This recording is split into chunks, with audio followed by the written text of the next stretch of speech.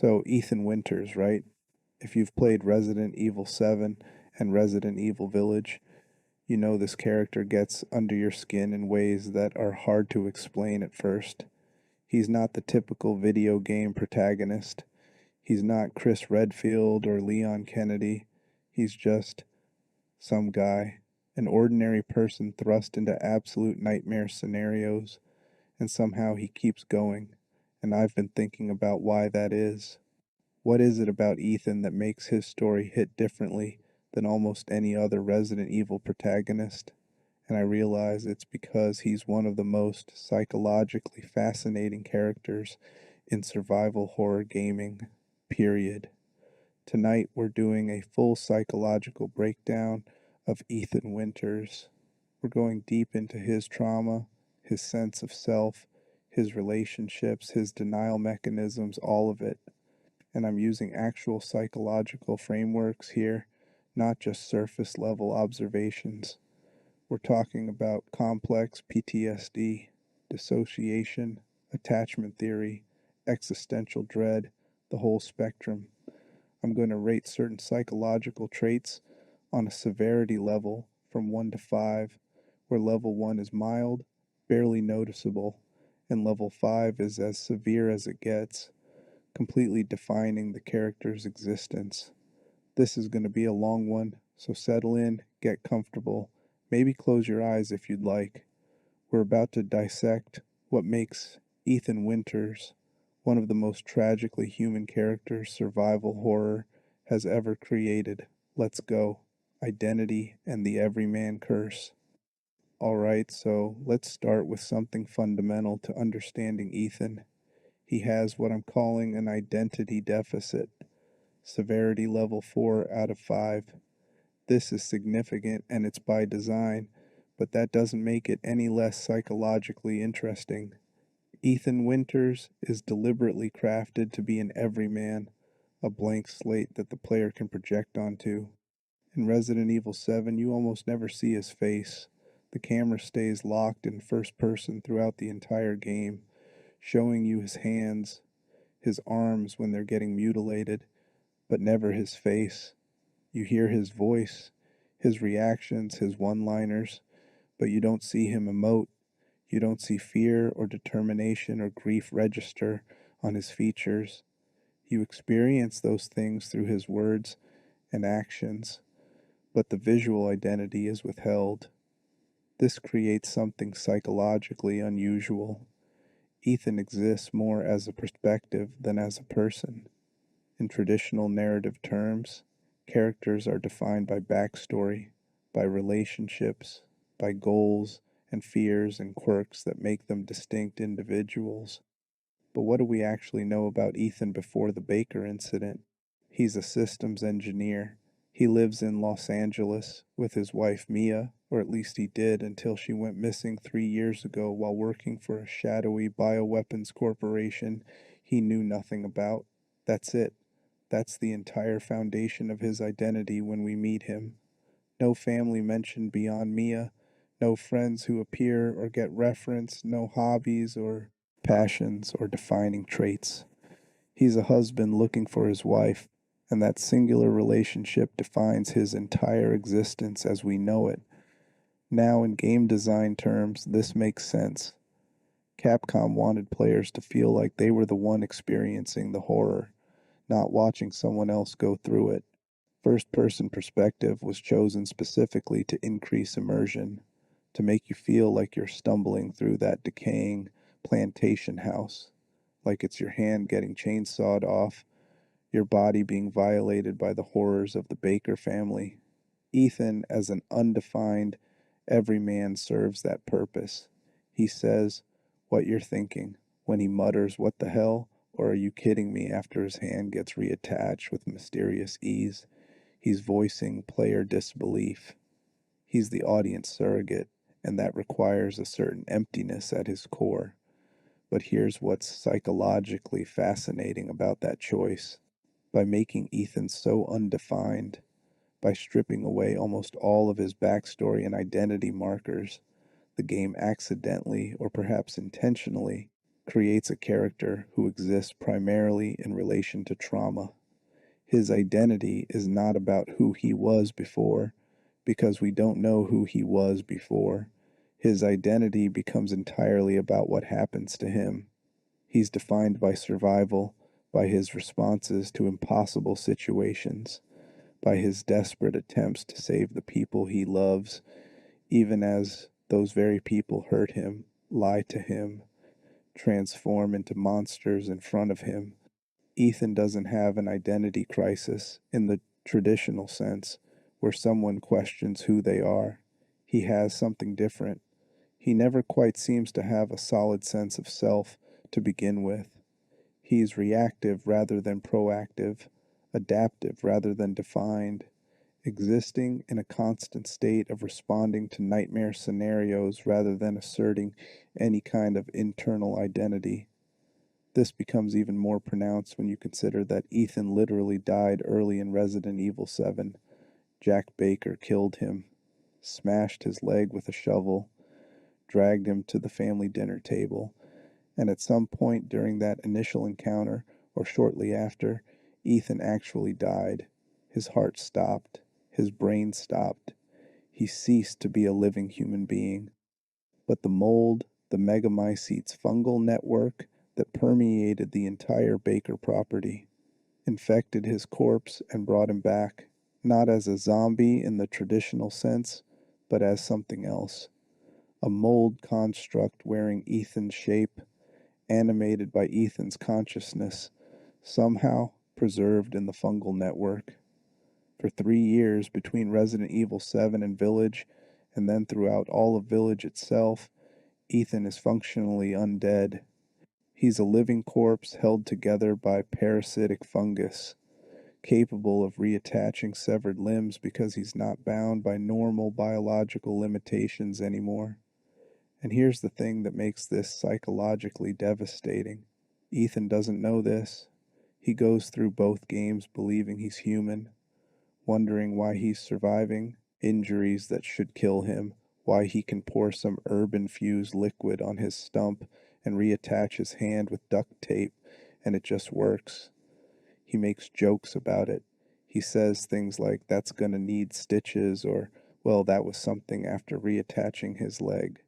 His responses suggest cognitive dissonance, an awareness that something is wrong with how his body works, but an inability or unwillingness to examine that wrongness too closely. This is textbook dissociation.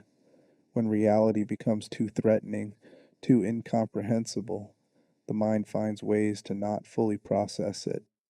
Ethan's casual remarks about his horrific injuries aren't bravery or comic relief. They're a psychological defense mechanism. If he fully acknowledged what was happening to his body, he'd have to confront questions he's not ready to ask. What am I? Am I even human anymore?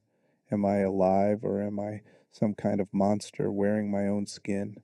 The game never gives him that moment of full awareness until the very end of Village, when he's dying for real this time, his mold body calcifying and falling apart, and the Duke tells him the truth. "You've been dead this whole time, Ethan. You've been one of them." And even then, Ethan's response is minimal, just a quiet acceptance, a determination to finish what he started, to save his daughter before his body gives out completely. There's no breakdown, no existential crisis, no dramatic confrontation with the horror of his non existence. He just keeps moving forward because that's what Ethan does. He endures. This identity deficit, this lack of a solid sense of self, is both his greatest weakness and his greatest strength. He's weak because he has no foundation to stand on when everything collapses. He's not a trained soldier like Chris who can fall back on military discipline and protocol. He's not a cop like Leon with at least some tactical training and a framework for understanding threat response. He's not a series veteran with experience facing bioterrorism. He's just Ethan, and Ethan is defined almost entirely by the people he's trying to save and the trauma he endures trying to save them. but he's strong because that lack of rigid identity means he's adaptable.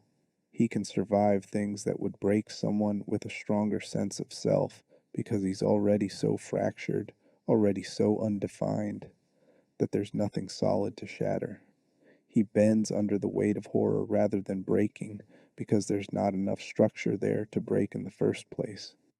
This is why Ethan works as a protagonist despite, or maybe because of his apparent lack of personality. He's not boring or blank in the way a badly written character is. He's psychologically hollow in a way that makes him the perfect vessel for unrelenting trauma. And that hollowness, that identity deficit, becomes the foundation for everything else we're going to talk about tonight.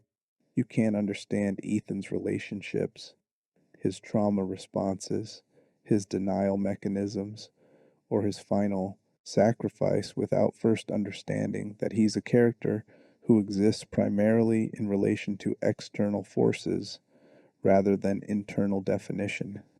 He's not a person who has things happen to him. He's more like a perspective that horror flows through, a consciousness that experiences nightmare scenarios and somehow keeps functioning despite having almost nothing solid to hold on to. That's level 4 severity because it's pervasive. It defines almost everything about how he moves through the world, but it's not quite level 5 because he does have some core elements. His love for Mia, however complicated, his determination to protect Rosemary, his capacity for dark humor even in the worst moments. These aren't much, but they're something. They're the tiny fragments of identity he clings to when everything else is chaos and meat and fungus and nightmare. And in the end, those fragments are enough to make him do something genuinely heroic, genuinely human, even if he's not technically human anymore. The Dolby incident and complex PTSD. Now let's talk about the Dolby incident in detail because this is where Ethan's psychological profile really begins to take shape. We're talking about complex PTSD here. Severity level 5 out of 5. This is maxed out. This is as bad as it gets. Let me set the scene for those who might need a refresher. Ethan Winters receives a message from his wife Mia, who's been missing for 3 years. She tells him to stay away, that he shouldn't come looking for her, but she also gives him a location, Dulvey, Louisiana, an abandoned plantation property in the bayou. Now, any rational person would take that message, that explicit warning to stay away, and call the authorities. You'd file a police report, maybe hire a private investigator, do something through proper channels. But Ethan doesn't. He gets in his car and drives to Louisiana alone. No backup, no plan, just a desperate need to find his wife. This tells us something important about Ethan's attachment style, which we'll get into later, but it also sets up the nightmare that follows. He arrives at the Baker property to find it rotting, decayed, covered in black mold, and filled with horrific imagery. Furniture made of organic material that looks disturbingly biological. Photos of the Baker family that show their progressive deterioration. And eventually, he finds Mia locked in a cell in the basement, where she's been held prisoner by the Bakers for 3 years. Their reunion is not tender. Mia seems disoriented, confused, one moment acting like herself, the next moment transforming into something violent and inhuman. She attacks Ethan with a knife, stabbing him repeatedly. He defends himself, hurts her badly enough that he thinks he's killed her, and then, in one of the game's most shocking moments, Mia comes back with a chainsaw and cuts off his left hand at the wrist, just severs it completely. Ethan watches his hand fall to the floor, screams, and then gets knocked unconscious. He wakes up at the dinner table with the Baker family. Jack, the patriarch, who's friendly in the most disturbing way possible. Marguerite, the mother, who forces him to eat rotted food. And Lucas, the son, who watches with sadistic glee. They treat Ethan like a guest, like family, while also making it clear he's a prisoner. Jack tells him he's been chosen, that Eveline wants him to join them, that resistance is futile. And when Ethan tries to fight back, Jack demonstrates impossible strength, regenerating from injuries that should be fatal, pursuing Ethan through the house with relentless determination. Over the course of the game, Ethan will have his hand cut off again, his leg chainsawed through, his body stabbed and beaten and thrown around like a rag doll. He'll watch Mia transform repeatedly between lucidity and possession. He'll kill Jack multiple times, each time thinking it's over, only for Jack to regenerate and come back for more. He'll be forced to kill Marguerite after she transforms into an insect-human hybrid monstrosity. He'll navigate the grotesque experiments of Lucas, who treats human suffering like a game show. He'll watch a man named Clancy, a documentary filmmaker, get murdered in front of him through found footage tapes that show the baker's previous victims being tortured and killed. And through all of this, Ethan is just some guy. He's not trained for combat. He doesn't know how to use most of the weapons he picks up beyond point and shoot. His aim is shaky at best. His melee swings are desperate and poorly timed. He gasps and grunts with pain when he's hit, his breath ragged when he runs, his movements those of someone operating on pure adrenaline and survival instinct rather than any kind of tactical competence. And somehow, through luck and desperation and the unknowing advantage of his mold infection keeping him alive when he should have died, he survives. The climax of Resident Evil 7 reveals that all of this, the entire nightmare, has been orchestrated by Eveline. She's a bioweapon created by the Connections, a rival company to Umbrella, designed to look like a young girl, but possessing the ability to generate and control the mold. She can infect people, take over their minds, make them into her family. The Bakers were her first victims, a kind family who found her after a shipwreck and took her in, only to be rewarded by having their minds destroyed and their bodies transformed into mold-controlled puppets. Mia was Eveline's handler, the woman assigned to act as her mother figure during transport, which is why Eveline became obsessed with her, which is why Mia was kept prisoner for 3 years, while Eveline tried to force her to love her. Ethan defeats Eveline by creating a toxin that kills mold, injecting her with it, and then fighting her final mutated form with the help of Chris Redfield and his team. Mia is freed from Eveline's control. They escape in a helicopter. Ethan thinks it's over. He thinks they can go home, rebuild their lives, process what happened, and move forward. But here's the thing about complex PTSD. It doesn't end when the traumatic event ends. Complex PTSD is what happens when you experience prolonged, repeated trauma with no ability to escape. It's different from PTSD, which typically results from a single traumatic incident. Complex PTSD develops when the trauma is ongoing, when escape seems impossible, when you're trapped in a situation where horror is constant and your survival depends on constant hypervigilance and adaptation. Ethan's experience at the Baker property checks every box for complex PTSD development. Let's break it down. First, chronic fear and helplessness. He's trapped on the property with no escape for hours, possibly days, depending on how you interpret the game's timeline. Every room could contain a threat. Every quiet moment could be interrupted by Jack Baker bursting through a wall or Marguerite dropping from the ceiling. The radio silence from outside help means he can't call for rescue. He's alone in unfamiliar territory, facing enemies he can't understand and can barely hurt. That creates a baseline state of terror that never fully dissipates, even in safe rooms. Second, repeated physical trauma. His hand gets cut off. His leg gets chainsawed. He's stabbed, beaten, thrown through walls, infected with the mold without knowing it. Each injury should be debilitating or fatal, but he keeps moving because he has to. The body keeps score, though. Even if the mold is healing him, even if his consciousness doesn't fully register what's happened, his nervous system is recording every moment of pain, every instance of violation. That kind of repeated physical trauma rewires the brain's threat response, makes you expect pain, makes you anticipate injury even in normal situations. Third, betrayal and moral injury. The woman he came to save, the wife he's been searching for 3 years, attacks him multiple times. Yes, she's not in control. Yes, she's possessed or infected or whatever term you want to use. But in the moment, Ethan experiences his wife trying to kill him. He has to hurt her to defend himself.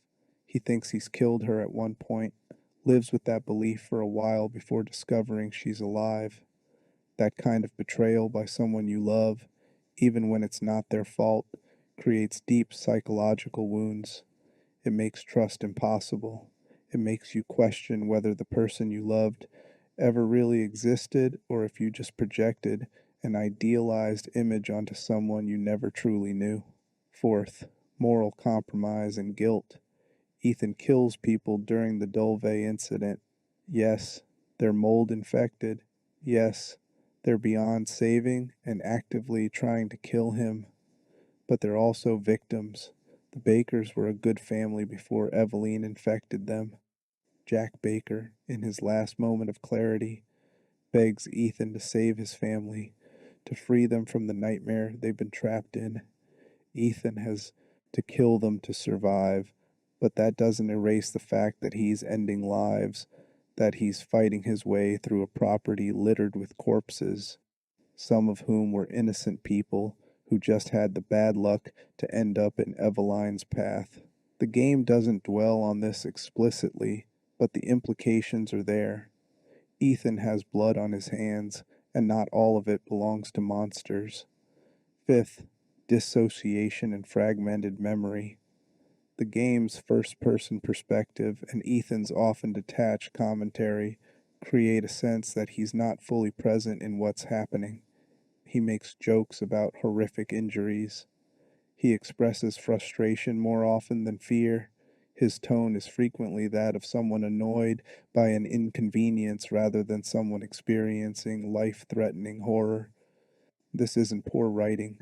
This is dissociation. When trauma is too overwhelming, the mind creates distance. You feel like you're watching yourself from outside your body, like events are happening to someone else, like reality has a dreamlike or unreal quality. Ethan's casual responses to nightmare scenarios aren't bravery. They're his psyche trying to create distance from events too horrible to fully integrate.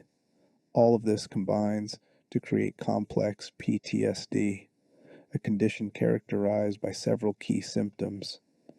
Emotional dysregulation, where you swing between numbness and overwhelming emotion. Difficulty trusting others, especially people who should be safe. Persistent feelings of shame or worthlessness. Hypervigilance, where your nervous system is constantly scanning for threats. Difficulty with memory, where the traumatic events feel both distant and immediate, never quite integrated into a coherent narrative. And perhaps most significantly, a fractured sense of self, where you're not sure who you are anymore because trauma has become the defining feature of your identity. Ethan displays all of these symptoms throughout Village, though the game doesn't explicitly label them as such. He's jumpy, quick to grab his weapon at any unexpected noise. His relationship with Mia is strained, marked by conversations where they talk about it constantly, referring to Dulvey, suggesting ongoing attempts to process what happened. He questions his own perceptions, unsure what's real and what's nightmare. He struggles to connect emotionally, even with people trying to help him, and his sense of self remains fragile, undefined, reactive rather than proactive. The game gives us a glimpse of this in the opening of Village. Ethan and Mia are living in Europe under BSAA protection. They have a daughter, Rosemary. They're trying to build a normal life, but it's clear from the dialogue that things aren't normal.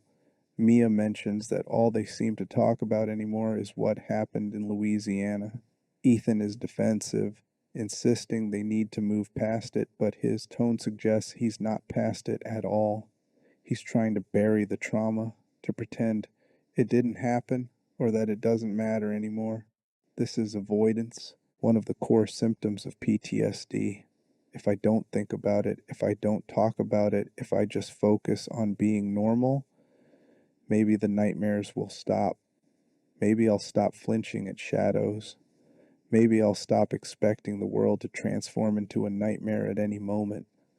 But you can't outrun complex PTSD. You can only move through it, process it, integrate it into your understanding of yourself and the world. And Ethan doesn't get the chance to do that before Village happens, before his wife is shot in front of him, before his daughter is kidnapped, before he's thrown into another nightmare that's somehow worse than the first, because this time he knows what monsters are capable of. This time he doesn't have the mercy of ignorance or the shock of first exposure. This time he's walking into horror with the full knowledge of what it can do, and that makes it so much worse. Complex PTSD, severity level 5 out of 5. It defines everything about Ethan's psychological state from the moment he leaves Dulvey onward. It colors every relationship, every decision, every response to the new horrors he'll face, and it sets the foundation for the next layer of trauma that will nearly destroy him completely. Attachment trauma and the Mia problem. Let's talk about Ethan's relationship with Mia, because this is where things get psychologically complicated. We're looking at attachment trauma here, specifically a pattern called anxious avoidant attachment, severity level 4 out of 5. Attachment theory, developed by psychologist John Bowlby and expanded by Mary Ainsworth, explains how early relationships with caregivers shape our ability to form bonds throughout life. Secure attachment develops when caregivers are consistently available, responsive, and loving. The child learns that relationships are safe, that needs will be met, that trust is reasonable. Insecure attachment develops when caregivers are inconsistent, absent, or harmful. The child learns that relationships are dangerous, that needs might not be met, that trust is a gamble. We don't know anything about Ethan's childhood, about his parents, or his early relationships. The game gives us nothing, but we can infer something about his attachment style from how he relates to Mia, and what we see is complicated and kind of heartbreaking. On the surface, Ethan and Mia's relationship appears to be loving. They're married, they live together. When she goes missing, he searches for her. The opening of Resident Evil 7 shows him traveling to Louisiana specifically because he received her message. Because even after 3 years of absence, even after presumably being told by authorities that she's probably dead, he can't let go. That suggests deep attachment, genuine love, commitment that survives absence and uncertainty. But then we actually see them interact, and the cracks start showing immediately. When Ethan finds Mia in that cell, his first words are relief and concern. Mia, thank God I found you. It's me, it's Ethan. Are you all right? Normal, worried husband responses. But within moments, the tone shifts. Mia seems disoriented, confused about how much time has passed, and Ethan's immediate response isn't continued reassurance, it's confrontation. You've been gone 3 years. There's accusation in his voice, a demand for explanation that prioritizes his need to understand over her obvious distress. This pattern continues throughout every interaction they have in RE7. Mia is in crisis, traumatized, infected, not fully in control of her actions, and Ethan, while trying to save her, is also demanding answers. Mia, we have to talk. That message you sent, just tell me what's going on. He stops in the middle of their escape attempt to interrogate her about her secrets. He's more focused on getting information about why she disappeared than on the immediate threat to their lives. There's a push and pull happening here. Mia is trying to express affection, trying to apologize, trying to explain in the fragmented way someone can when they're barely holding themselves together. And Ethan is deflecting that affection while demanding explanations. After he cures her near the end of the game, when they're in the boat escaping, Mia thanks him. She says she's sorry. She tries to express what she's feeling. And Ethan's response, "Who the hell else was I going to choose?" His tone has anger in it, resentment, like saving her was an obligation rather than a choice made from love. Mia reacts defensively, saying his name like a reprimand, and he immediately starts asking questions again. What happened? What was that ship? What was your connection to all this? This dynamic reveals something painful. Ethan loves Mia, or at least he's attached to her in a way that drives his actions, but he doesn't trust her. He probably hasn't trusted her for a while, maybe even before she disappeared. Think about it. Mia was working for the Connections, a bioweapons company, doing morally horrific work, babysitting a weaponized child designed to create mind controlled families. She never told Ethan about this. She lied about what her job was, where she was going, what she was doing. For their entire relationship, she maintained a fundamental deception about who she was and what she did with her time. Ethan didn't know any of this before Dulvey. He thought he knew his wife. He thought they had a normal marriage. And then she disappears for 3 years, sends him a cryptic message, and when he finds her, she transforms into a monster and tries to kill him. The person he thought he knew, the woman he built his life around, was a lie. Not entirely, not maliciously perhaps, but a lie nonetheless. She hid fundamental truths about herself. And now, after everything, he's trying to save her while simultaneously trying to understand who she actually is. This is where the anxious avoidant attachment pattern emerges. Anxious attachment makes you crave closeness, but fear abandonment. You need reassurance constantly. You check in, you seek validation. You can't quite believe the other person actually cares about you. Avoidant attachment makes you maintain distance, resist vulnerability, prioritize independence over intimacy. You deflect emotional expressions. You minimize needs. You pull away when others try to get close. Anxious avoidant is a particularly painful combination. You simultaneously crave connection and push it away. You want to be close but can't tolerate the vulnerability closeness requires. You're drawn to people but don't trust them. Ethan displays this pattern clearly. He drives to Louisiana alone because he needs to find Mia, can't accept her absence, must know what happened. That's anxious attachment driving him forward. But then, when he has her, when she's right there trying to express her feelings, he deflects. He demands information instead of offering comfort. He questions instead of reassuring. That's avoidant attachment creating distance even in proximity. The trauma of Dulvey makes this pattern worse. Not only does Ethan have pre-existing reasons not to fully trust Mia, her deception about her job, her unexplained absence, but now he's experienced her trying to kill him. Yes, she was infected. Yes, it wasn't really her, but trauma doesn't process nuance well. His nervous system registered his wife stabbing him, cutting off his hand, pursuing him with murder in her eyes. That kind of experience doesn't just disappear because you intellectually understand she wasn't in control. The body remembers. The fear response remains. So by the time we get to Village, 3 years after Dulvey, their relationship is strained in ways that probably can't be fully repaired. They have a daughter together, which suggests they tried to move forward, tried to build something normal. But that opening conversation where Mia says all they talk about anymore is what happened, where Ethan insists they need to move past it, shows the fundamental disconnect. Mia wants to process, to talk through the trauma, to acknowledge what they went through. Ethan wants to bury it, to pretend it doesn't matter, to focus on normal life as if normalcy is achievable through force of will.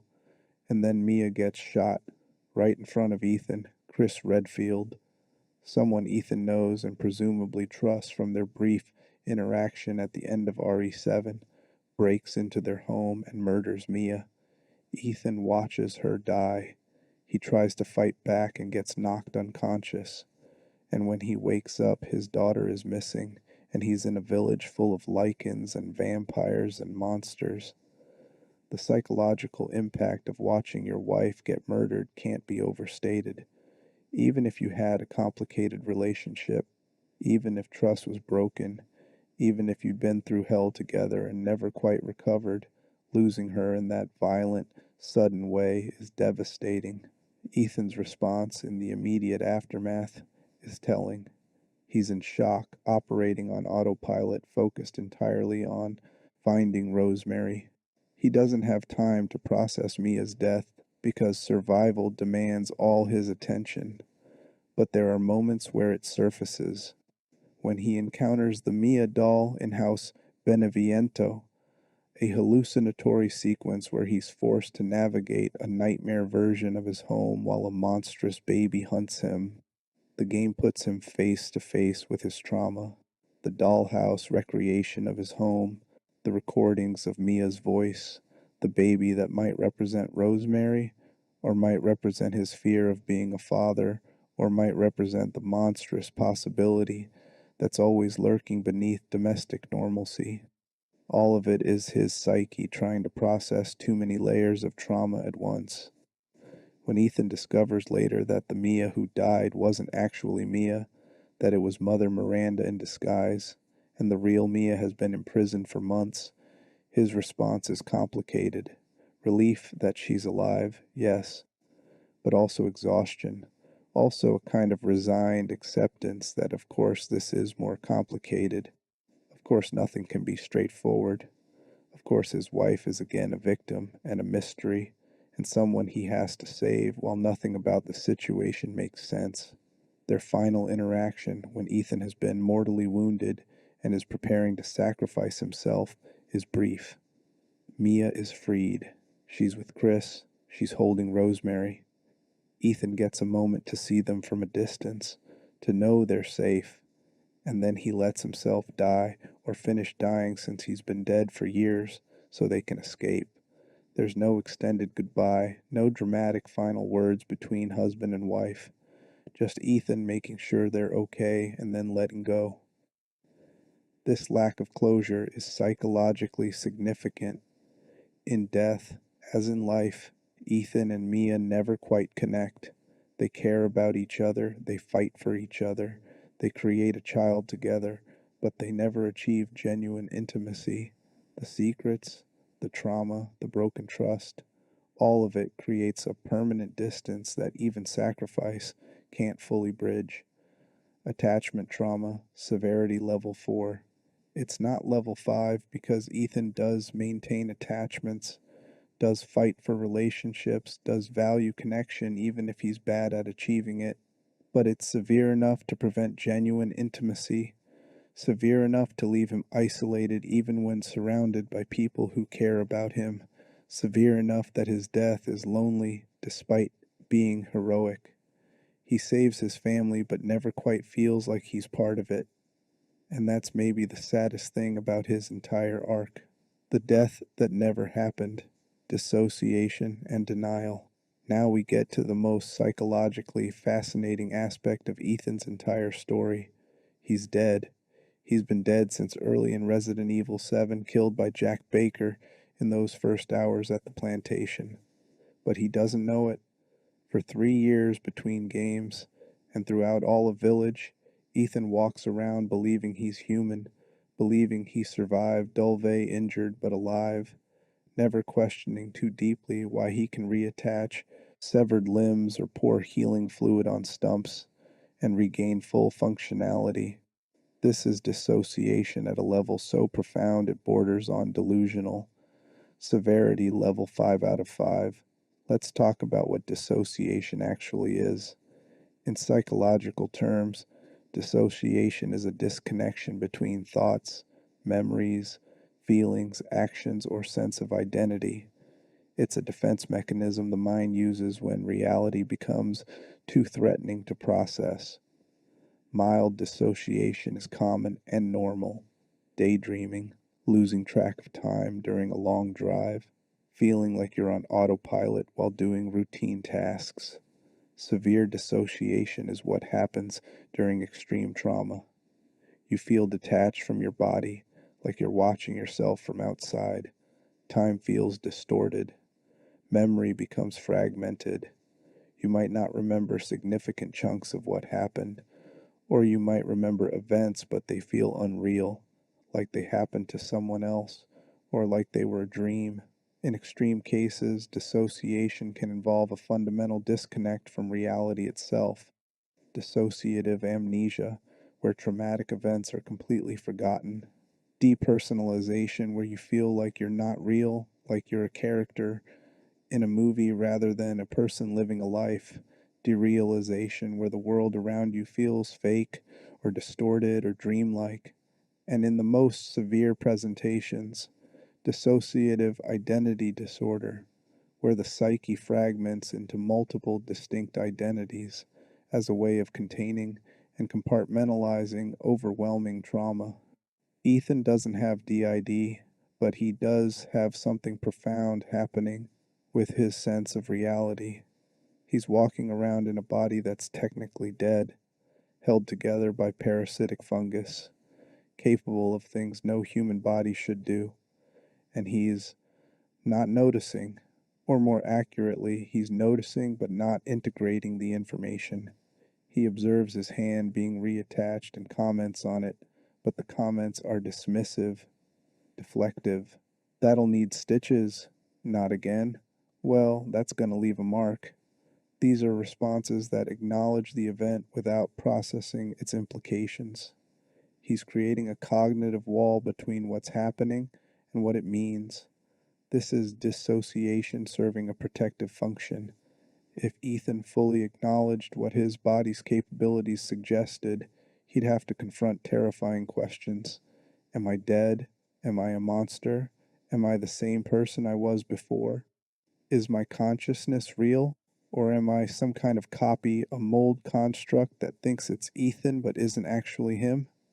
These questions don't have comfortable answers, so his psyche refuses to ask them. Instead, it creates a narrative that's more bearable. I'm human. I survived Dulve. I'm hurt, and I have some weird healing ability. Maybe something I picked up from the mold exposure. But I'm fundamentally still me, still human, still Ethan Winters, husband and father trying to protect my family. This is denial, but denial at a level so complete it rewrites perceived reality.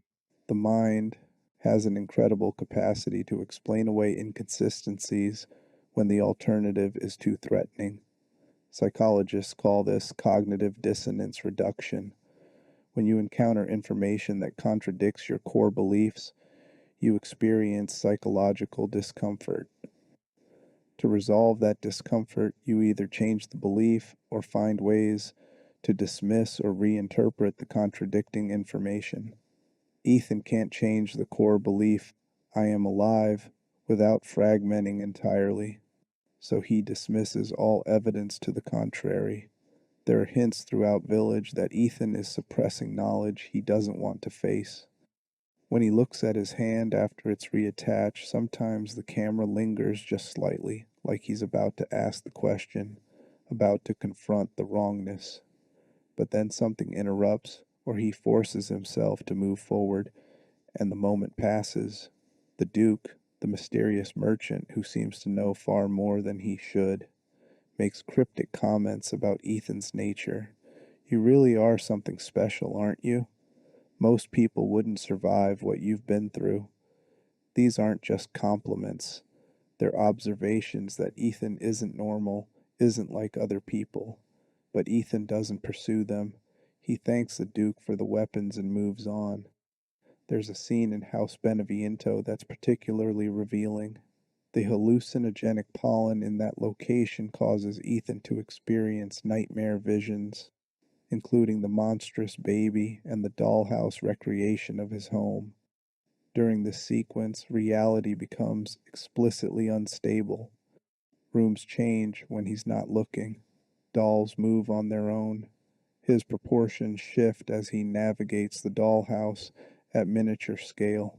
And through all of this, Ethan treats it as a puzzle to solve rather than evidence that his perception of reality can't be trusted.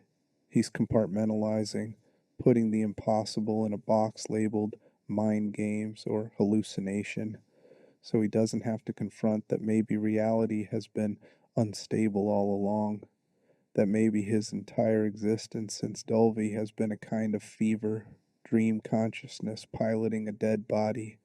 The revelation of his death comes at the worst possible moment, which is somehow also the only moment it could come. He's been mortally wounded by Mother Miranda, who ripped his heart out of his chest in a moment of shocking violence. And instead of dying immediately, which any human would, he remains conscious. He watches Miranda hold his beating heart in her hand. He feels the absence of it in his chest, and that's when it finally cracks through the dissociation, when he can't explain it away anymore, when the evidence is so overwhelming that denial collapses. The Duke tells him what he's been refusing to know. You died back in Louisiana, Ethan. You've been dead this entire time. The mold kept you alive, kept you moving, kept you. But you were never really alive in the way you thought you were. And Ethan's response is telling. He doesn't break down, doesn't rage, doesn't deny. He just accepts it. There's a quiet, I knew something was wrong, that suggests he did know on some level, that he's been carrying this knowledge at the edge of his consciousness for years and has finally been forced to acknowledge it. This is what severe dissociation looks like when it finally breaks. Not dramatic explosion, but quiet collapse. The wall between known and acknowledged dissolves, and the truth floods in, and with it comes a strange kind of peace. Ethan has been running from this knowledge, from the implications of his death, for so long. Having it finally confirmed, having the denial stripped away, is almost a relief. He doesn't have to pretend anymore. He doesn't have to explain away the wrongness of his existence. He can just accept what he is, a dead man walking, held together by fungus and determination, and focus on the one thing that matters, saving his daughter before his body gives out completely. The dissociation and denial, severity level 5. It's complete, pervasive, defining. It colors every moment of Ethan's existence between his death and his final death. It's the reason he can function at all, because without it, without the ability to not know what he is, he would have fragmented entirely. Dissociation saved him, in a way. It let him keep going when the truth would have been paralyzing. But it also isolated him from any possibility of genuine self-knowledge, made his entire post-Dulvey existence a kind of fugue state, consciousness operating without full awareness of its own nature. And there's something profoundly tragic about that. Ethan never got to process what happened to him. He never got therapy, never got support, never got space to integrate the trauma and understand how it changed him. He just kept moving, kept fighting, kept protecting, all while fundamentally disconnected from the reality of his own existence. He saved his family while not fully knowing what he'd become to do it. And that disconnect, that dissociation, is maybe the most horror-filled aspect of his entire story. Fatherhood as identity anchor. We need to talk about Rosemary because she becomes Ethan's entire reason for existence during Village. We're looking at what I'd call desperate paternal attachment here. Not exactly a pathology in the traditional sense, but pushed to an extreme that's psychologically significant. Severity level 3.5 out of 5. Fatherhood hits Ethan during the 3 year gap between Resident Evil 7 and Village. We don't see it happen. The game skips from his escape from Dolve to his domestic life in Europe, where Rosemary is maybe 6 months old, possibly younger. That entire pregnancy, birth, and early infancy happen off screen. We don't know how Ethan adjusted to impending fatherhood, whether he was excited or terrified, whether the reality of having a child helped ground him after Dulvy's trauma or added new layers of anxiety.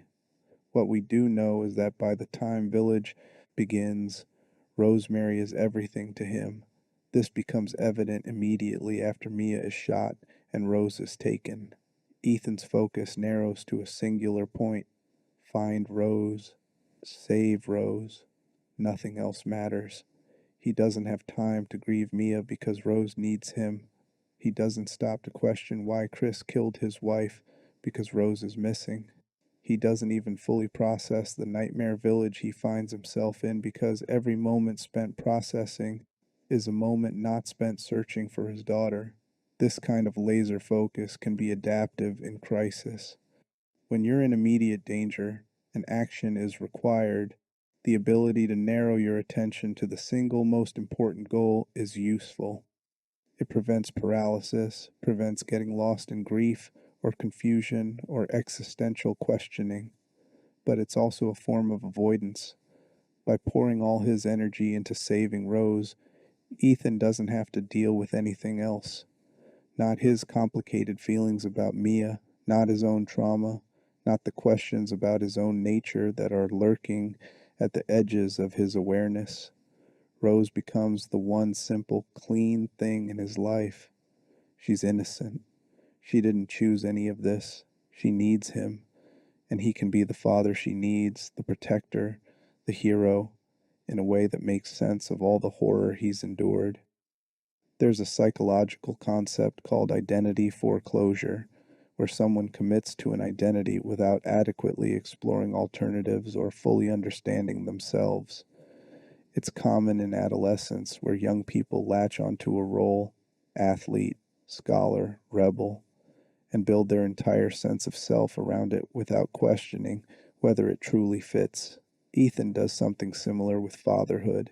He becomes father as his primary identity, maybe his only identity that feels solid. He's not entirely sure who Ethan Winters is anymore. He doesn't know if he's alive or dead, human or monster, himself or a mold copy, but he knows he's Rose's father. That role is clear, simple, inarguable, and so he clings to it. The game reinforces this through his internal monologue and his interactions with others. Every enemy he encounters, every obstacle he overcomes, is framed in relation to Rose. I'm coming, Rose. Hold on, baby. Daddy's going to save you. He's not fighting to survive. He's not even really fighting to defeat Miranda or stop some broader evil. He's fighting to reach his daughter. That's the only narrative that matters to him.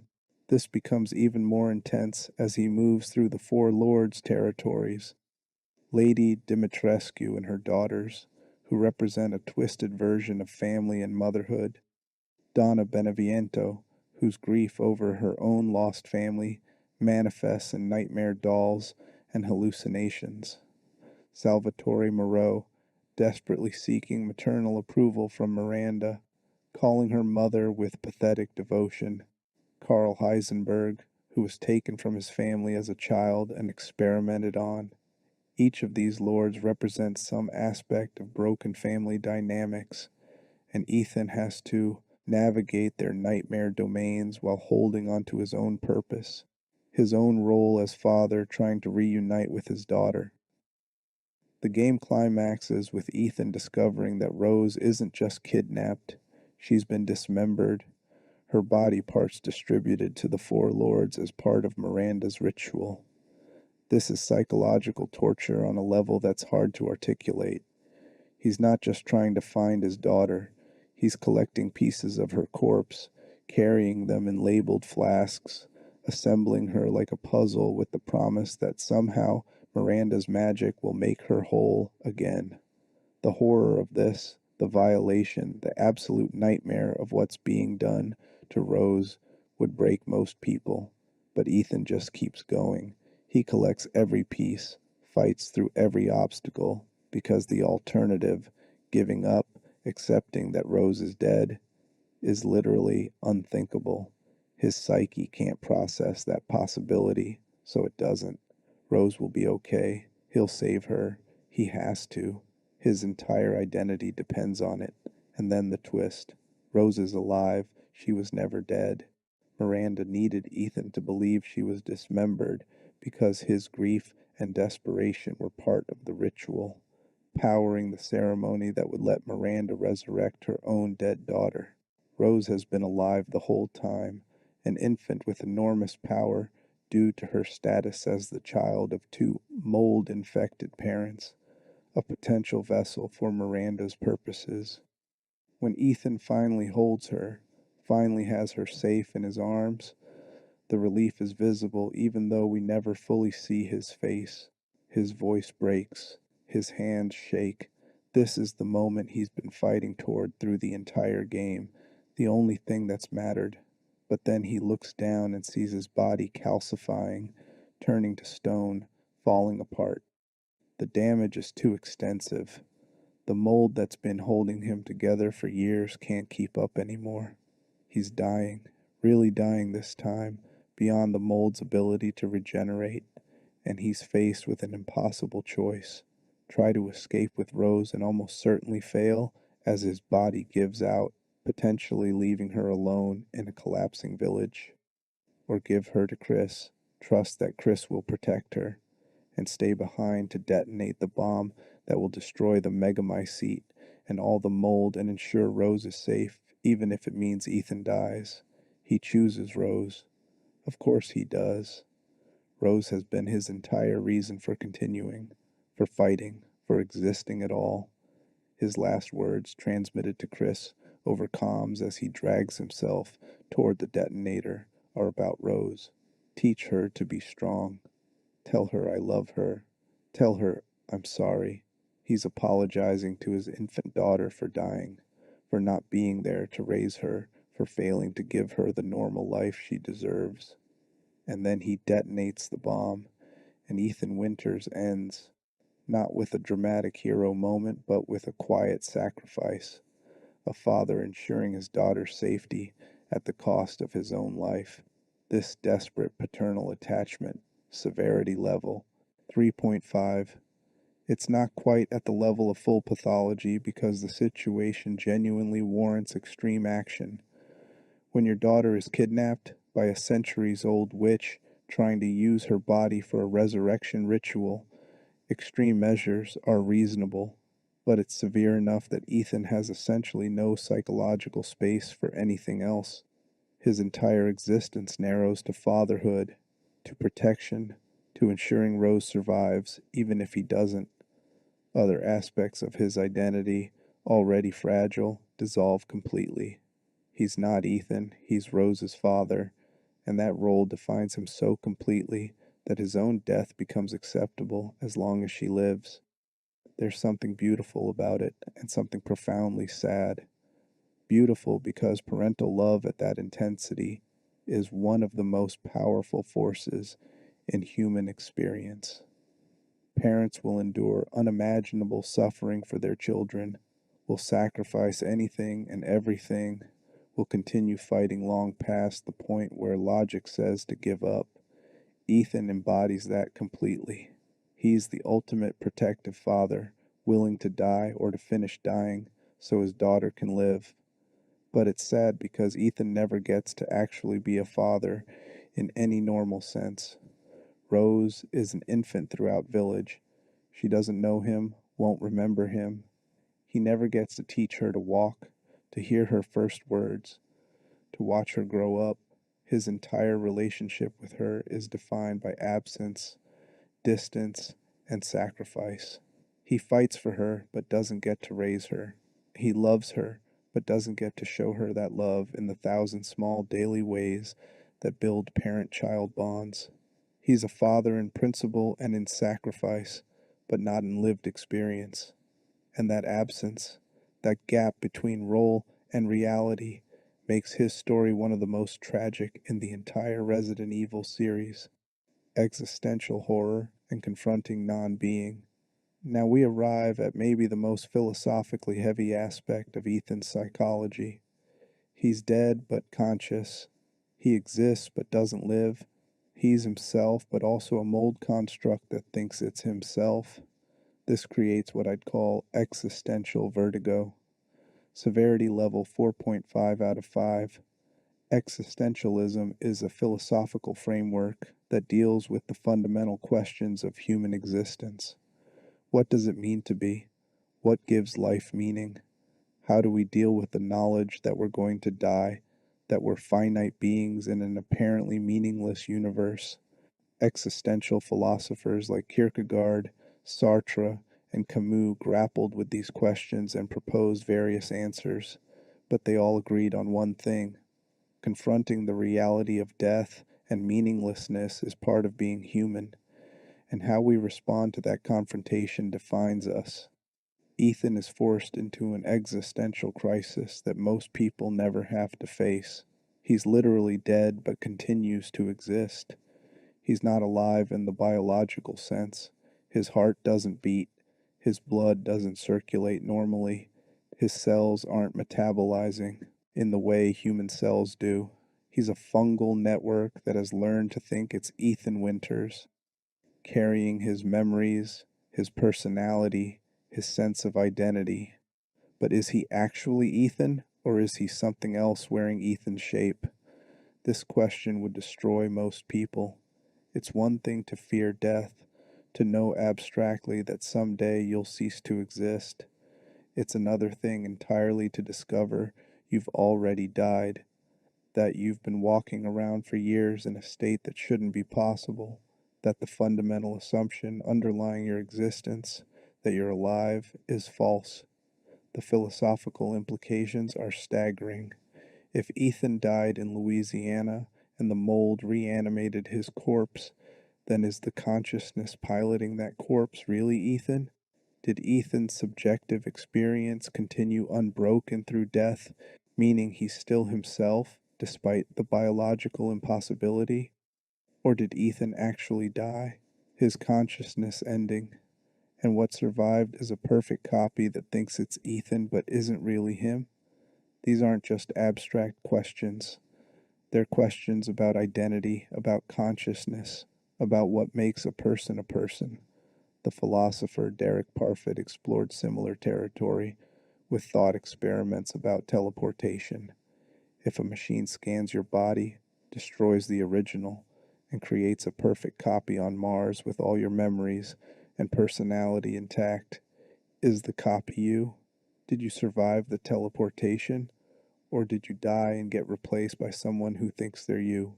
There's no clear answer. Different philosophical frameworks give different responses.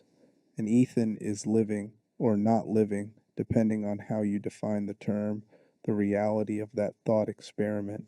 The psychological impact of confronting this would typically be catastrophic. We have a concept in psychology called ontological security, which refers to a person's confidence in the continuity and reality of their self and their world. It's the basic trust that you exist, that you're real, that the world around you is real, that your identity persists across time. When ontological security is threatened, when you start questioning whether you're real or whether the world is real, it creates profound anxiety and can lead to dissociative states or even psychotic breaks. Ethan should, by all psychological models, have experienced complete identity dissolution when he discovered he was dead. His entire sense of self should have fragmented. He should have been unable to function, paralyzed by existential terror and confusion. But he doesn't break. He accepts the information, processes it quickly, and redirects his focus to what matters, saving Rose. This is either extraordinary psychological resilience or it's evidence that his consciousness has been fundamentally altered by his death and reanimation in ways that make normal human responses impossible. I think it's the latter. Ethan's consciousness, whatever it is now, isn't quite human anymore. The mold has integrated with his sense of self so completely that his thought patterns, his emotional responses, his entire psychological architecture has been modified. He can accept his own death because, on some level, the part of him that's fungal network doesn't process existence the same way a human would. The megamycete, the massive fungal organism that all the mold stems from, exists as a kind of collective consciousness, storing the memories and experiences of everything it's consumed. Ethan is connected to that network, part of it, even if he doesn't realize it consciously.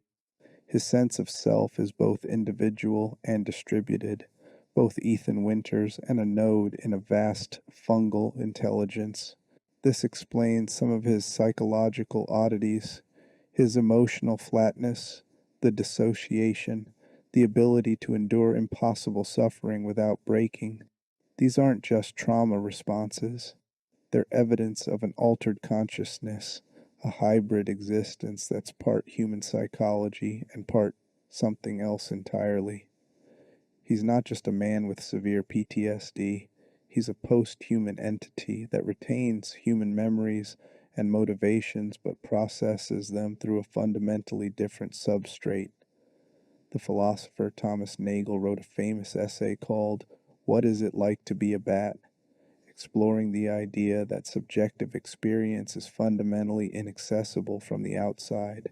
We can never truly know what it's like to be a bat because bat consciousness is too different from human consciousness.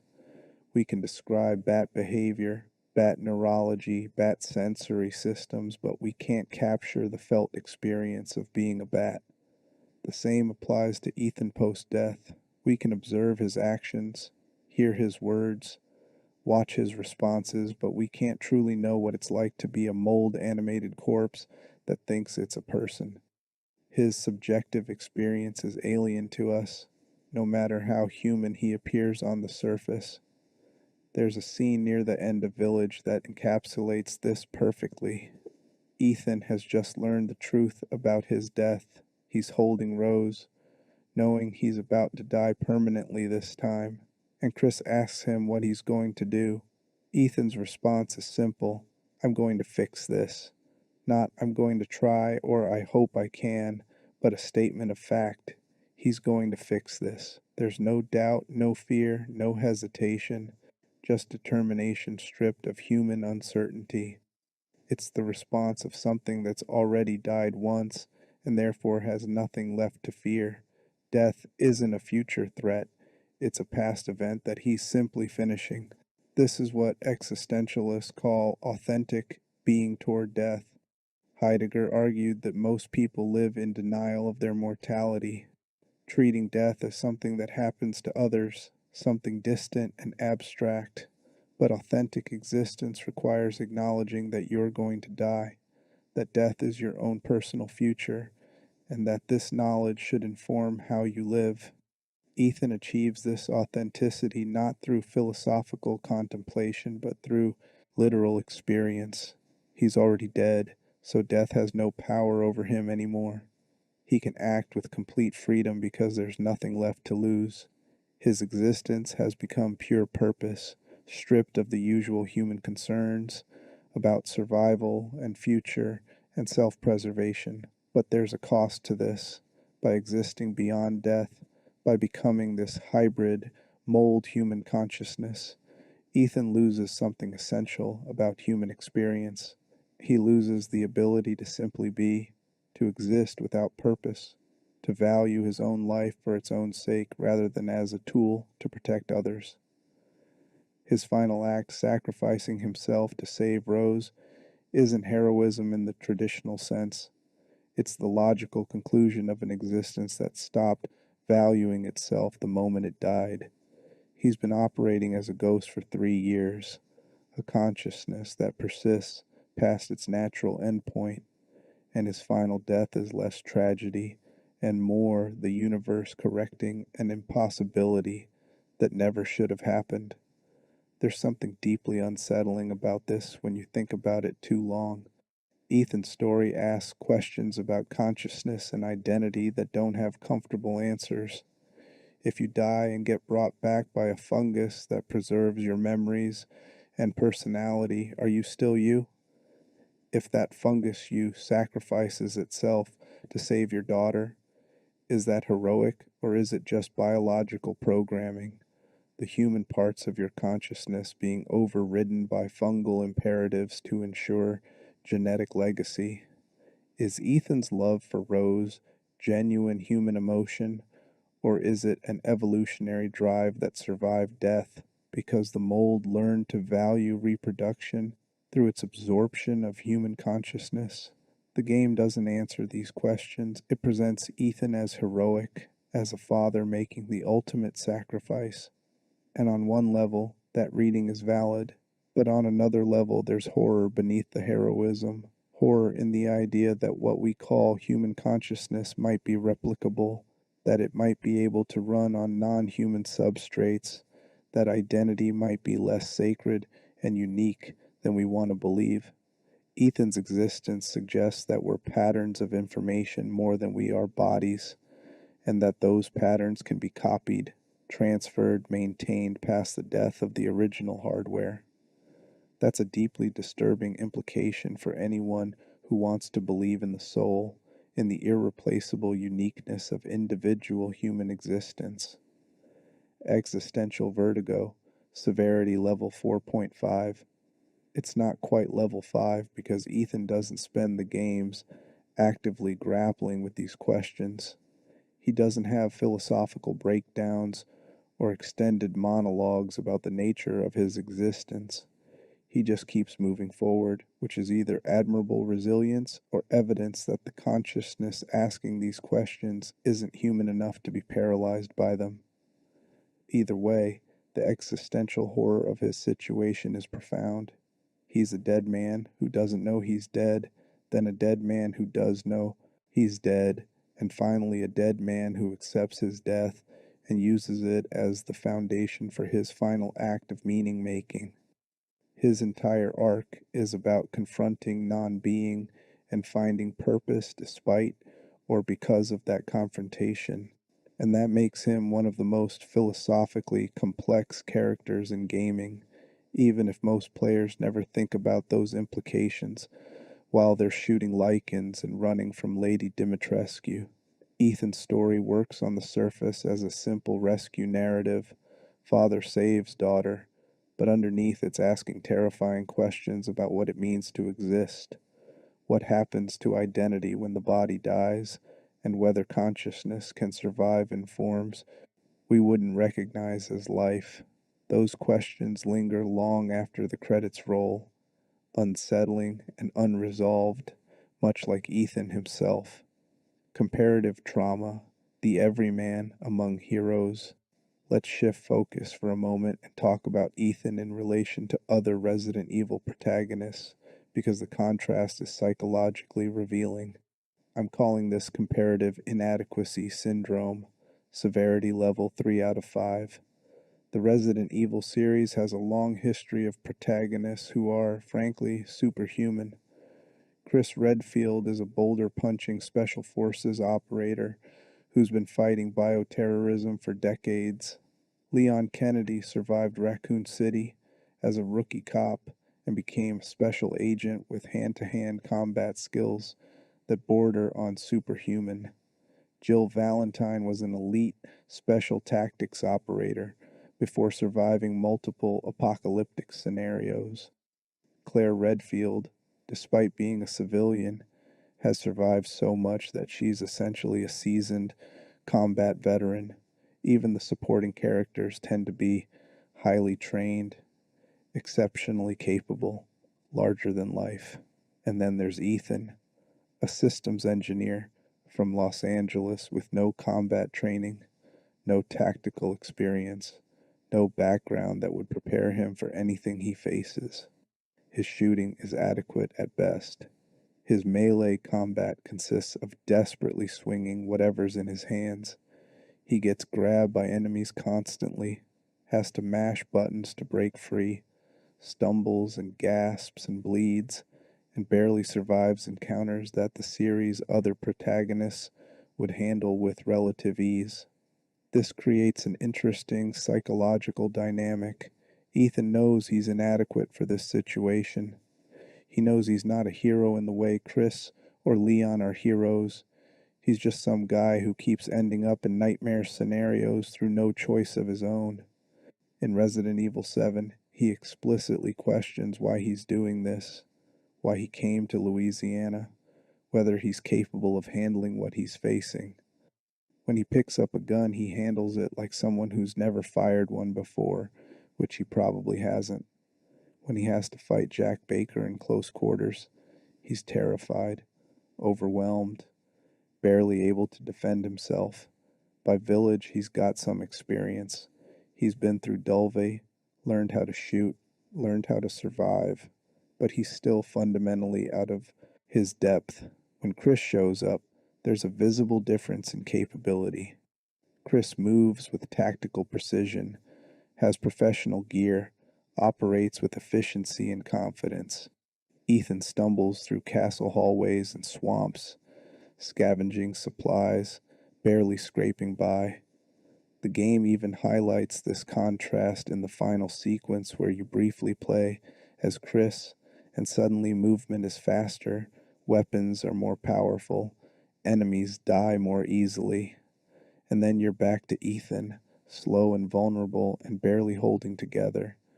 This creates what psychologists call social comparison, specifically upward social comparison, where you measure yourself against people who are better than you in some way.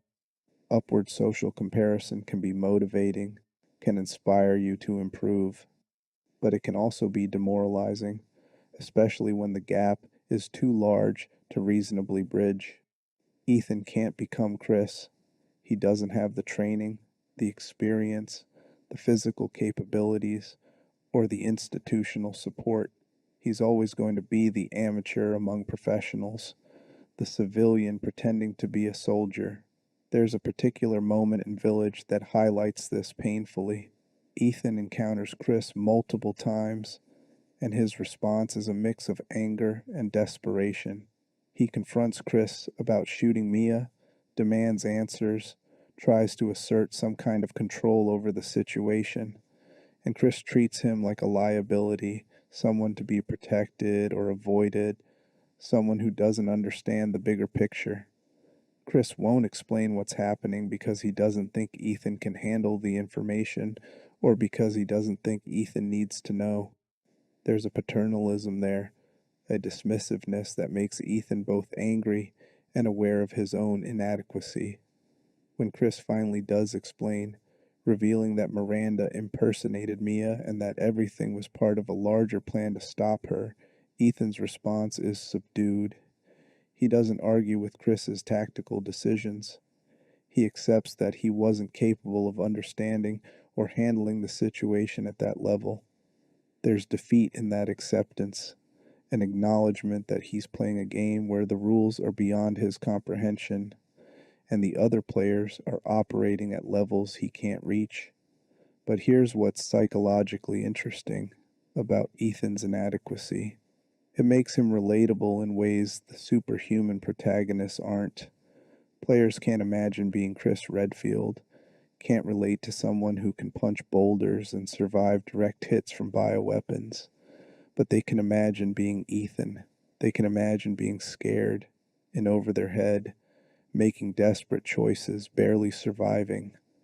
Ethan's inadequacy is part of his appeal. He's not a power fantasy. He's a vulnerability fantasy, if that makes sense. He lets players experience horror through the lens of someone who has no business surviving, but does anyway through sheer desperation and luck. This inadequacy also shapes Ethan's relationship with heroism. He's not trying to save the world. He's not fighting bioterrorism as a concept. He just wants his family safe. That's a smaller, more personal goal than what other RE protagonists typically face. And there's something psychologically healthy about that limitation. He's not taking on responsibilities beyond his capacity. He's not trying to be something he's not. He's accepting his limitations and working within them. Save Mia, save Rose. That's it. That's all he can handle, and he knows it. The psychological cost of this self awareness is a persistent sense of inadequacy. Even when he succeeds, even when he defeats impossible enemies and survives scenarios that should kill him, there's not much triumph in it. His victories feel more like, I can't believe that worked, than I knew I could do it. He second guesses himself constantly. When he defeats Lady Dimitrescu, there's relief but not pride. When he destroys the Megamycete, he's focused on whether Rose is safe, not on the fact that he just stopped an ancient evil from destroying the world.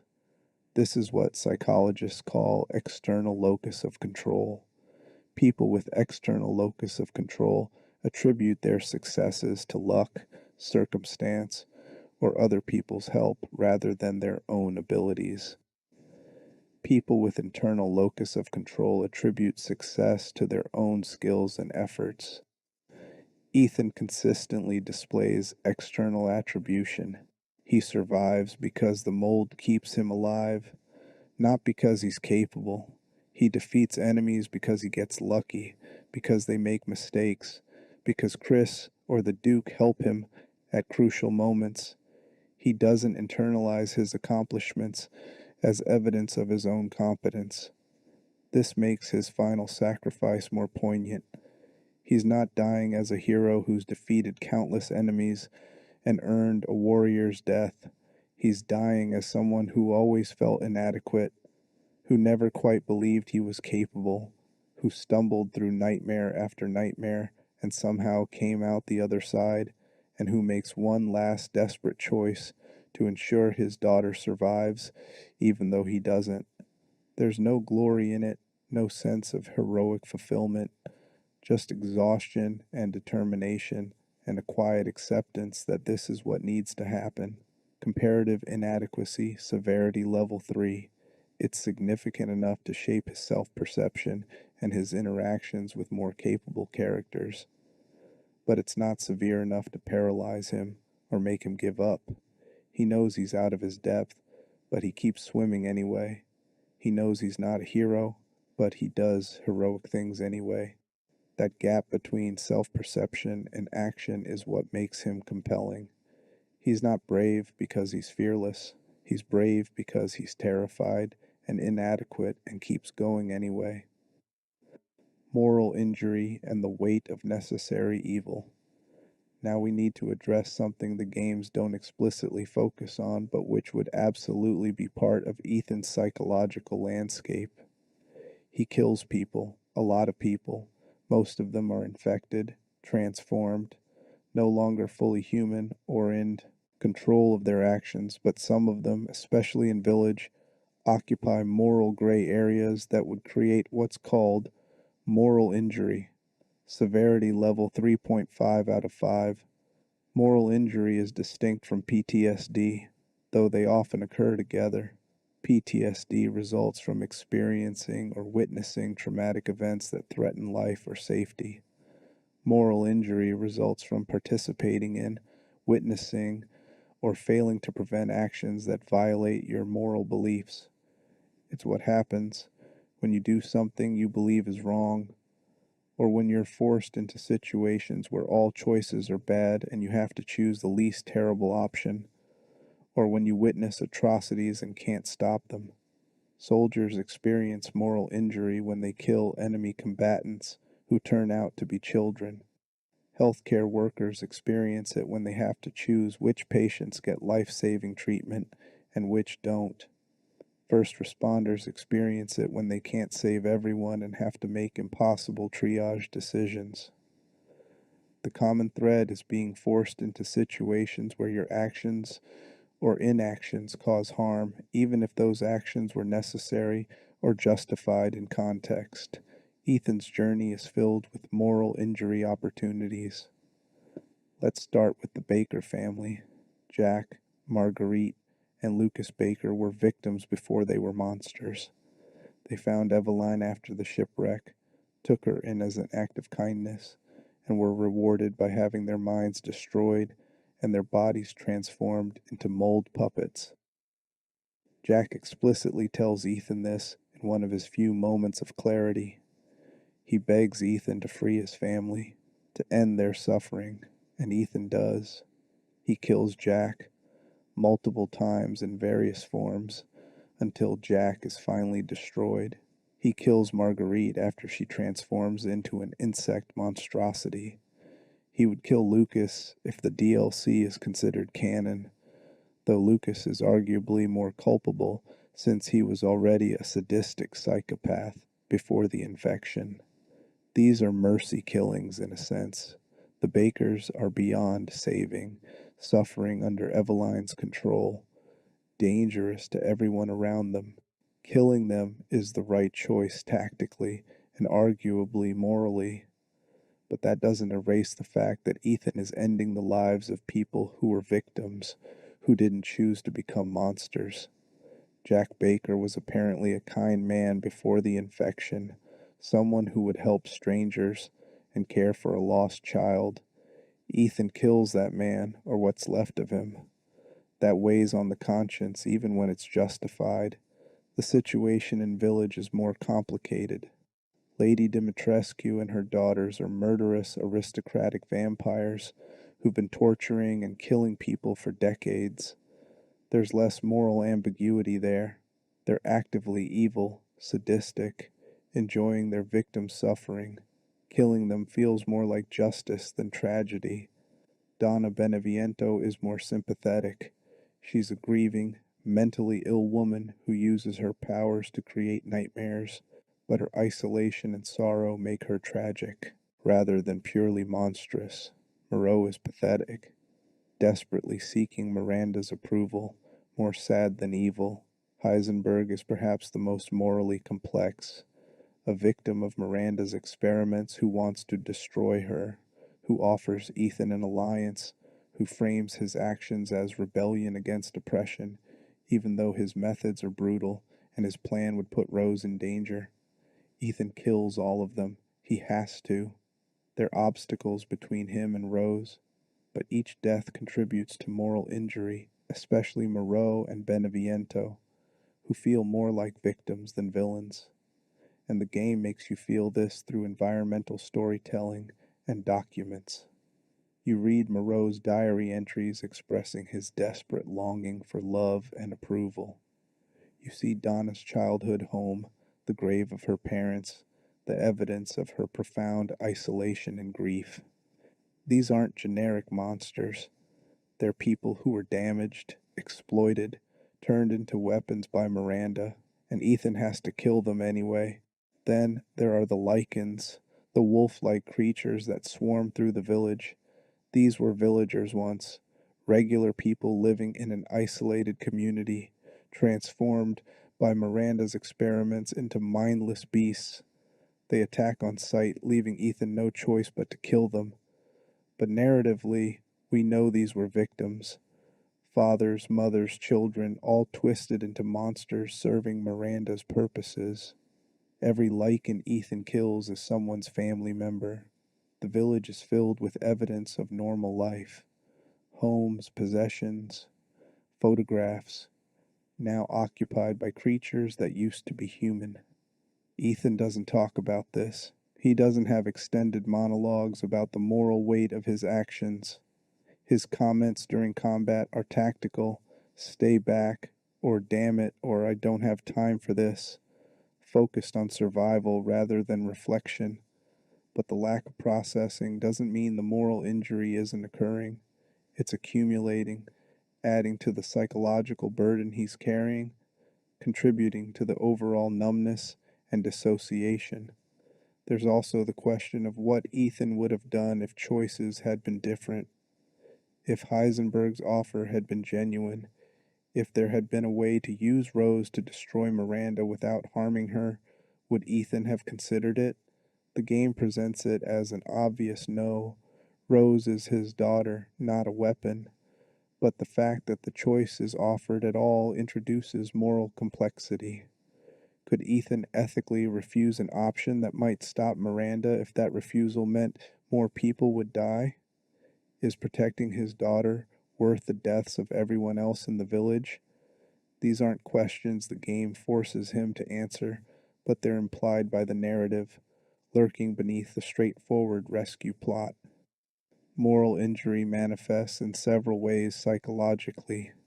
Shame and guilt are the most obvious. A persistent feeling that you've done something wrong even if you couldn't have acted differently. Self condemnation, a harsh internal voice that says, you're a bad person for the things you've done. Trust issues, both trusting others and trusting your own moral compass. And sometimes a kind of moral numbing where you stop being able to distinguish right from wrong because everything feels contaminated. Everything feels like compromise and failure. Ethan shows signs of moral numbing by Village's End. He moves through the castle, the factory, the ceremony site with mechanical determination. Enemies are obstacles to eliminate. Deaths are tactical necessities. There's little emotion in it beyond frustration when things are difficult and relief when they're done. This could be read as him becoming desensitized to violence, learning to kill without hesitation or remorse. But it could also be read as moral numbing, a protective shutdown where he stops processing the ethical implications of his actions because fully feeling them would be paralyzing. His final act carries moral weight too. By detonating the bomb and destroying the megamycete, Ethan isn't just killing himself, he's destroying a vast fungal consciousness that contains the memories and perhaps some echo of consciousness from everyone it's ever infected. That includes all the villagers Miranda experimented on, all the lords, potentially even fragments of the bakers. If consciousness can survive in the mold, if some version of these people exists in the network, then destroying the megamycete is a kind of mass execution. Ethan is choosing to annihilate potentially thousands of preserved consciousnesses to prevent Miranda from using the mold's power for further harm. Is that the right choice? Probably, in utilitarian terms.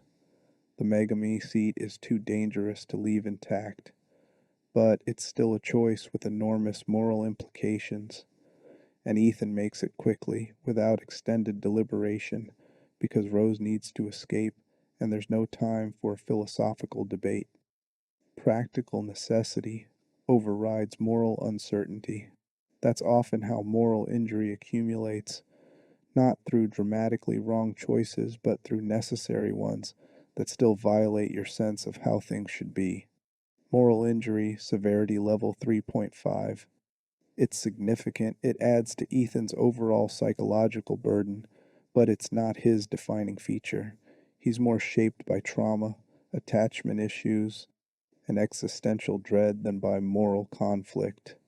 But it's there, another layer of weight, another reason why his final sacrifice feels less like heroic triumph and more like exhausted release. He's carried so much for so long: physical pain, psychological trauma, existential uncertainty, moral compromise, that death becomes less an ending and more an unburdening. He can finally stop carrying all of it. He can set down the weight and know that at least Rose is safe, that his daughter won't have to carry what he's carried. That's the only peace he gets, and maybe it's enough. Sacrifice as psychological resolution. Let's talk about Ethan's death, his real death, his final death, because it's psychologically significant in ways that go beyond simple heroic sacrifice. This is what I'm calling terminal reintegration. Not exactly a standard psychological term, but it captures what's happening. Severity level 5 out of 5, because it's the culmination of everything. the final expression of his entire psychological journey. Throughout both games, Ethan has been fragmented. His identity is undefined, reactive, shaped by trauma rather than by any solid sense of self. His relationships are strained by broken trust and inability to connect. His body is literally held together by fungus, a corpse that won't stop moving. His consciousness exists in denial, refusing to fully acknowledge its own impossible nature. He's psychologically and physically in pieces, functioning but not whole, surviving but not really living. The final sequence of Village, where everything collapses and truth forces itself into Ethan's awareness, is where the fragments finally come together, not into healing or survival, but into resolution through ending. He learns he's dead. He accepts it. He sees Rose alive and safe. He understands what needs to happen. And in that understanding, all the disconnected pieces of his experience suddenly form a coherent narrative with clear purpose and end point. This is psychologically significant because it gives Ethan something he's never really had: agency in his own story. Throughout both games, he's been reactive. Things happen to him and he responds, but he's never truly in control of the narrative. Mia sends a message and he goes to Louisiana. The Bakers capture him and he fights to escape. Eveline tries to make him family and he kills her. Miranda takes Rose and he pursues. He's always responding to others' choices, others' actions, others' plans. Even his survival has been beyond his control, the mold keeping him alive without his knowledge or consent. But the decision to stay behind, to detonate the bomb, to die so Rose can live, that's his choice. Finally, at the very end, Ethan is the one deciding, not responding, not surviving, not adapting, but actively choosing the shape of his story's conclusion. There's empowerment in that, even though the choice is death, maybe especially because the choice is death, he's taking control of the one thing that's been inevitable since Jack Baker killed him 3 years ago. He's been living on borrowed time in a borrowed body, and now he's deciding when and how that loan ends. There's a concept in trauma psychology called post-traumatic growth, where people who survive severe trauma sometimes develop increased strength, deeper relationships, greater appreciation for life, and clearer sense of purpose. It's not universal, and it doesn't mean the trauma was good or necessary, but for some people, the process of surviving and integrating traumatic experience leads to positive psychological changes. Ethan doesn't get traditional post traumatic growth because he never gets time to process and integrate, but his final choice represents something similar: trauma informed meaning making. He's taking all the pain, all the horror, all the impossible survival and broken pieces, and shaping them into something purposeful. His suffering wasn't random or meaningless. It led him here, gave him the skills and resilience and impossible physiology needed to save his daughter. The trauma becomes part of a narrative with clear stakes and resolution. It hurts, but it means something, and humans can endure almost anything if they believe it means something. Viktor Frankl, a psychiatrist and Holocaust survivor, wrote extensively about this in Man's Search for Meaning. He observed that people in concentration camps who found meaning in their suffering, whether through religious faith, love for family members, determination to bear witness, or simple spite against their captors, were more likely to survive than those who saw their suffering as meaningless. Meaning doesn't erase pain, but it makes pain bearable. It transforms suffering from senseless horror into part of a larger story. Ethan's final act is him finding meaning in everything that's happened to him. He was killed by Jack Baker, but the mold brought him back. He was reanimated as a dead thing, but that impossible existence let him survive long enough to reach this moment. His hand was cut off multiple times. His body was mutilated. His wife attacked him. His daughter was taken. He was forced to kill victims and monsters alike.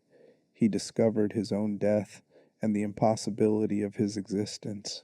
And all of that, every terrible moment, was necessary to get him here, to this place where he can make sure Rose lives even if he doesn't. There's a psychological concept called coherent narrative identity. It's the idea that psychological health involves being able to tell your own life story in a way that makes sense, where events connect logically and your actions align with your values and your past informs your present in understandable ways. People who can't create coherent narratives about their lives, whose stories are fragmented, contradictory, or senseless, often struggle with identity and mental health. Ethan has lived in narrative incoherence since Dolve. His story hasn't made sense. He's an ordinary man surviving impossible horror. He's dead but alive. He's human but not human. He loves his wife but can't trust her. He wants normal life but keeps ending up in nightmares. None of it has formed a coherent whole until this moment. Suddenly all the fragments align. He was brought back from death to save his daughter. Everything that happened, all the pain and impossibility and horror, was preparation for this. His existence, however impossible, had purpose, and now that purpose is fulfilled, so the existence can end. This realization, this sudden coherence, is visible in his final scenes. His voice is calm, determined, no longer confused or overwhelmed. He knows who he is now: Rose's father, Rose's protector, the man who ensures she survives. He knows what he has to do, and he does it without hesitation, without regret, without the dissociation and numbness that's characterized his responses throughout both games. For the first time, Ethan is fully present in his own experience, fully aware, fully engaged, fully himself, however brief that wholeness is before it ends. His last words to Chris are instructions and apologies and love, all directed at Rose. Teach her to be strong. That's Ethan acknowledging he won't be there to teach her himself, transferring that responsibility to someone who can fulfill it. Tell her I love her.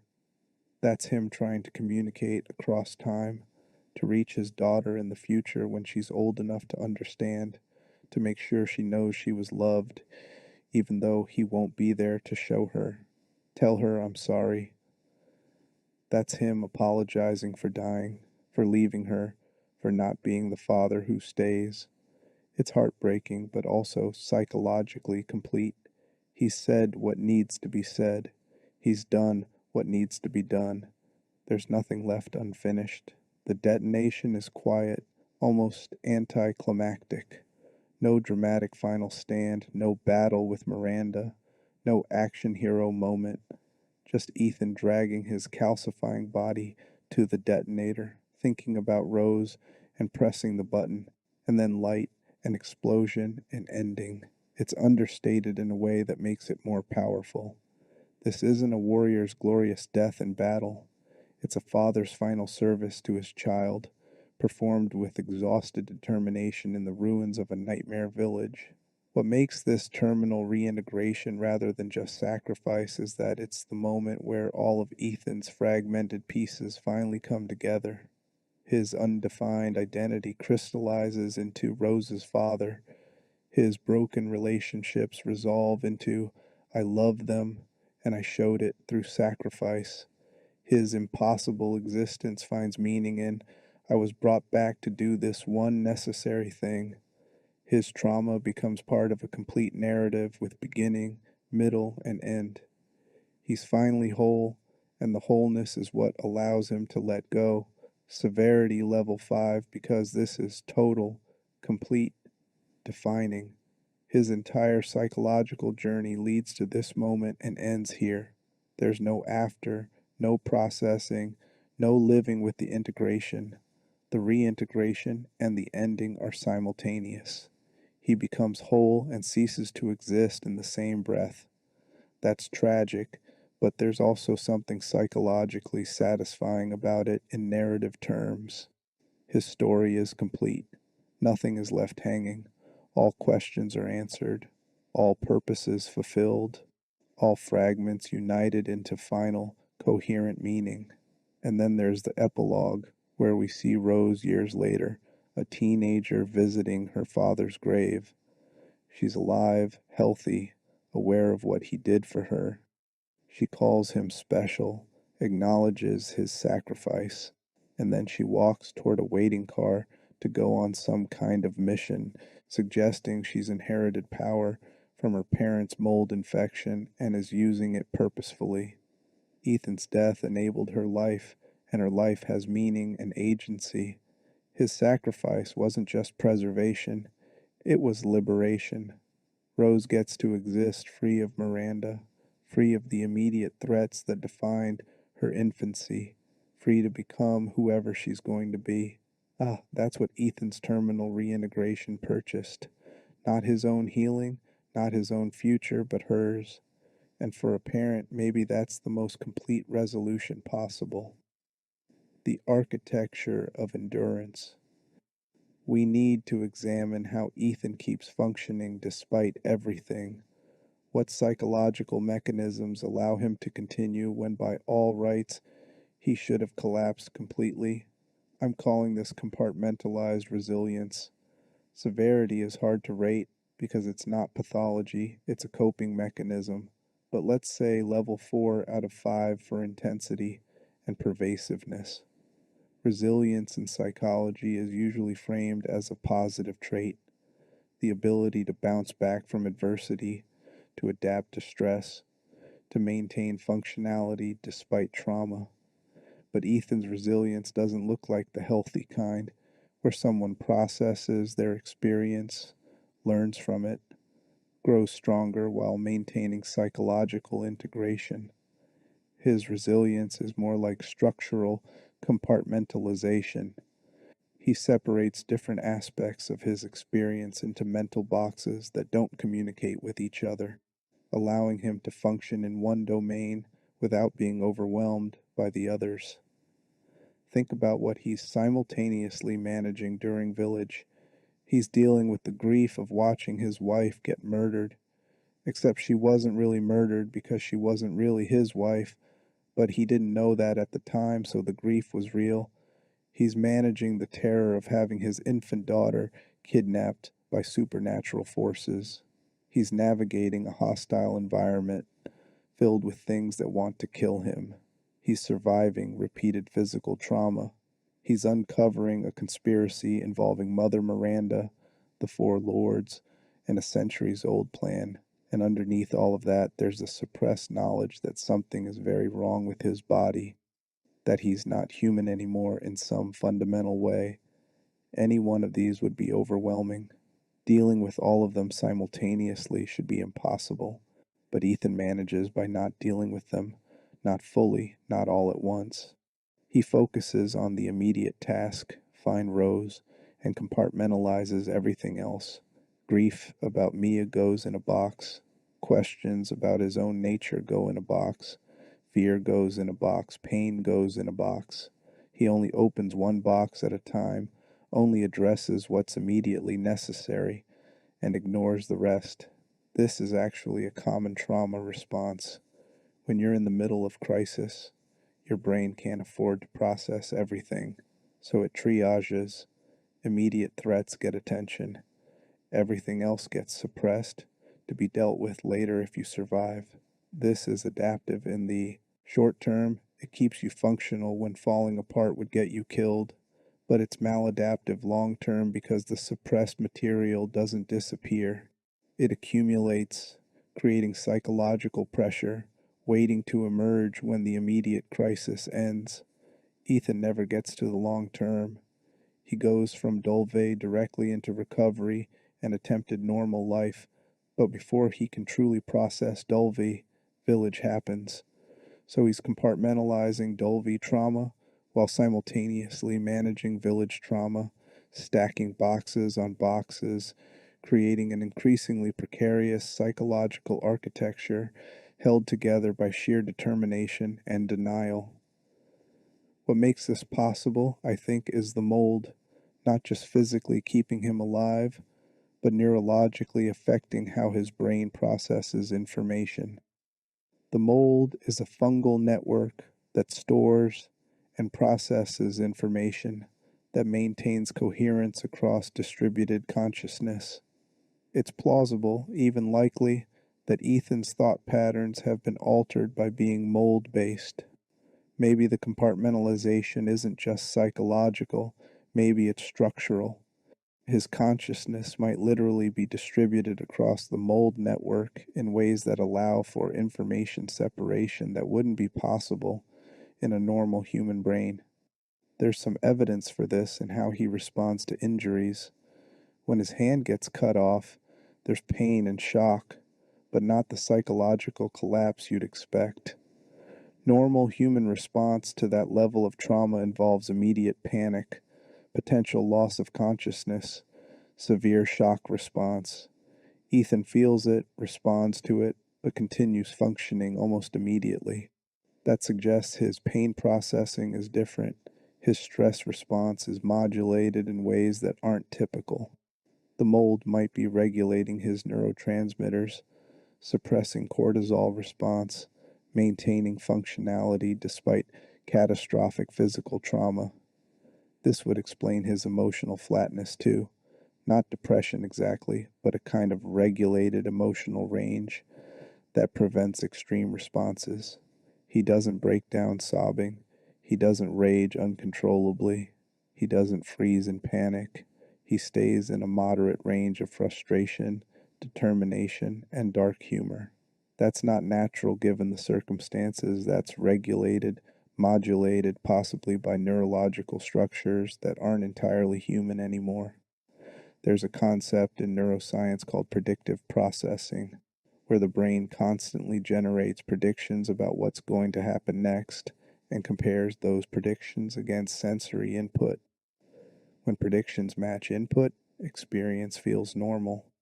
When there's mismatch, you get surprise, confusion, need to update your models. For most people in Ethan's situations, the prediction input mismatch would be constant and overwhelming. You predict your hand should stay attached, it doesn't. You predict you should die from blood loss, you don't. You predict vampires and werewolves don't exist, they do. That level of constant mismatch should create severe psychological distress. But Ethan seems to update his predictive models rapidly. He accepts the impossible quickly, integrates it into his functioning models, and moves forward. Vampires exist now, okay. My hand can be reattached, sure.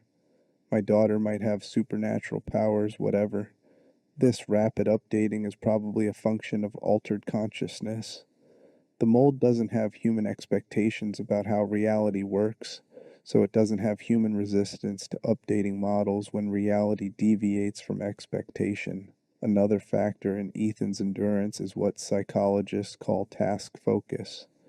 When you narrow your attention to specific achievable goals and ignore broader context, you can maintain functionality in otherwise overwhelming situations. Emergency workers use this all the time. Focus on the specific task. Don't think about the broader tragedy. Keep moving from one concrete action to the next. Ethan does this instinctively or by necessity. Get through this room. Solve this puzzle. Kill this enemy. Find this key. Each individual task is manageable. String enough manageable tasks together, and you've accomplished the impossible without ever stopping to realize it was impossible. His internal dialogue reflects this. Gotta keep moving. Where's that key? How do I get through here? Task-oriented questions and self-directions. Never, how did my life become this? Or, why is this happening? Or, can I actually survive this? Those questions would open the wrong boxes, would let the compartmentalized horror spill out, so he doesn't ask them. He stays in immediate problem solving mode, which keeps him functional but prevents any deeper processing. The cost of this approach is that Ethan never really experiences his own life. He moves through it, survives it, makes choices within it, but there's a quality of dissociated observation to his entire journey. He's doing things without fully being present for them, managing events without integrating them into coherent experience. This is how you survive the impossible, but it's also how you lose connection to your own existence. By the end of Village, when the compartmentalization finally breaks down and all the suppressed knowledge floods in simultaneously, Ethan doesn't fragment because there's no time to fragment. The revelation of his death, the necessity of sacrifice, and the opportunity to save Rose all hit at once, and instead of psychological collapse, there's crystallization. All the compartments dissolve and everything flows into single purpose. No more boxes, no more separation, just unified determination in his final moments. That's what I mean by compartmentalized resilience. He survives by staying fragmented, and he dies by becoming whole. The resilience was never about health or strength in the traditional sense. It was about maintaining functional fragmentation long enough to do what needed doing. And once the purpose is fulfilled, once Rose is safe, and the mission is complete, there's no need for the fragmentation anymore. The architecture of endurance collapses because it's done its job, and what's left is just Ethan, finally integrated, finally present, just in time to end. Level 4 for intensity, because it's how he survives both games, how he functions at all. Without this mechanism, he'd have died psychologically long before he died physically. But it's not level 5 because there are cracks throughout, moments where the compartments leak, where you see the human struggling underneath the functional exterior. Those moments of humanity, brief as they are, prove that Ethan is still a person beneath the survival mechanisms, still someone who feels and hurts and loves even if he can't afford to fully experience those feelings while the nightmare continues. The horror of love. Let's talk about what motivates Ethan through all of this, because understanding his psychology requires understanding what he's fighting for. It's love, obviously, love for Mia, and especially for Rose. But I want to examine what kind of love it is psychologically, because it's not simple or uncomplicated. I'm calling this obligate attachment, severity level 4 out of 5. Obligate means necessary, required, something you can't function without. In biology, an obligate parasite is one that can't complete its life cycle without a host. An obligate aerobe is an organism that requires oxygen to survive. Ethan's love for his family, particularly for Rose, functions as an obligate attachment. It's not just something he feels, it's something he needs to function, to have purpose, to justify his continued existence. Without it, he has no reason to keep going. With it, he can endure literally anything. This is different from healthy love, where two people choose to be together and enhance each other's lives but remain functional individuals if separated. Healthy love is interdependent. Both people rely on each other but maintain separate identities. Obligate attachment is codependent. One person's entire sense of purpose depends on the relationship, making separation psychologically catastrophic. Ethan's attachment to Mia shows early signs of this pattern. When she disappears for 3 years, does he move on? Does he grieve and rebuild his life? No. He stays frozen, waiting, unable to let go even when everyone around him has probably told him she's dead. When he gets her message, he immediately drops everything and travels across the country alone to find her, despite her explicit warning to stay away. That's not rational behavior. That's someone whose entire sense of self is wrapped up in being Mia's husband, who can't function without that relationship anchor. The Dolve incident should have destroyed that attachment. Mia attacks him, lies to him, reveals she's been living a double life involving bioweapons. The woman he thought he knew turns out to be someone else entirely. Healthy processing of that betrayal would involve grieving the relationship, recognizing that trust has been irreparably damaged, possibly separating even if love remains. But Ethan doesn't do that. He fights to save her, stays with her, has a child with her, tries to build normal life despite having no foundation of trust or honesty. Why? Because he needs the attachment more than he needs healthy relationship dynamics. Better to have a broken relationship than no relationship at all. Better to stay attached to someone who hurt him than face the void of being alone. This becomes even more pronounced with Rose. She's an infant, incapable of reciprocal relationship. She can't validate him or appreciate him or even know him as a person. His relationship with her is entirely one directional. He gives, she receives, and the only reward is knowing she's safe and alive. And yet Rose becomes his entire reason for existing. Every action in Village is about her.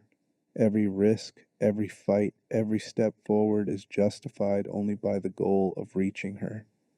This is psychologically interesting because it suggests Ethan needs to be needed. His identity, already undefined and fragile, coheres only in relation to protecting someone. He's not just Ethan because he doesn't know who that is. He's Mia's husband, he's Rose's father. These roles give him shape, purpose, direction. Without them, he's formless, undefined, a consciousness without clear boundaries or meaning. Psychoanalytic theory, particularly object relations theory, talks about how early relationships with caregivers shape our capacity for love and connection.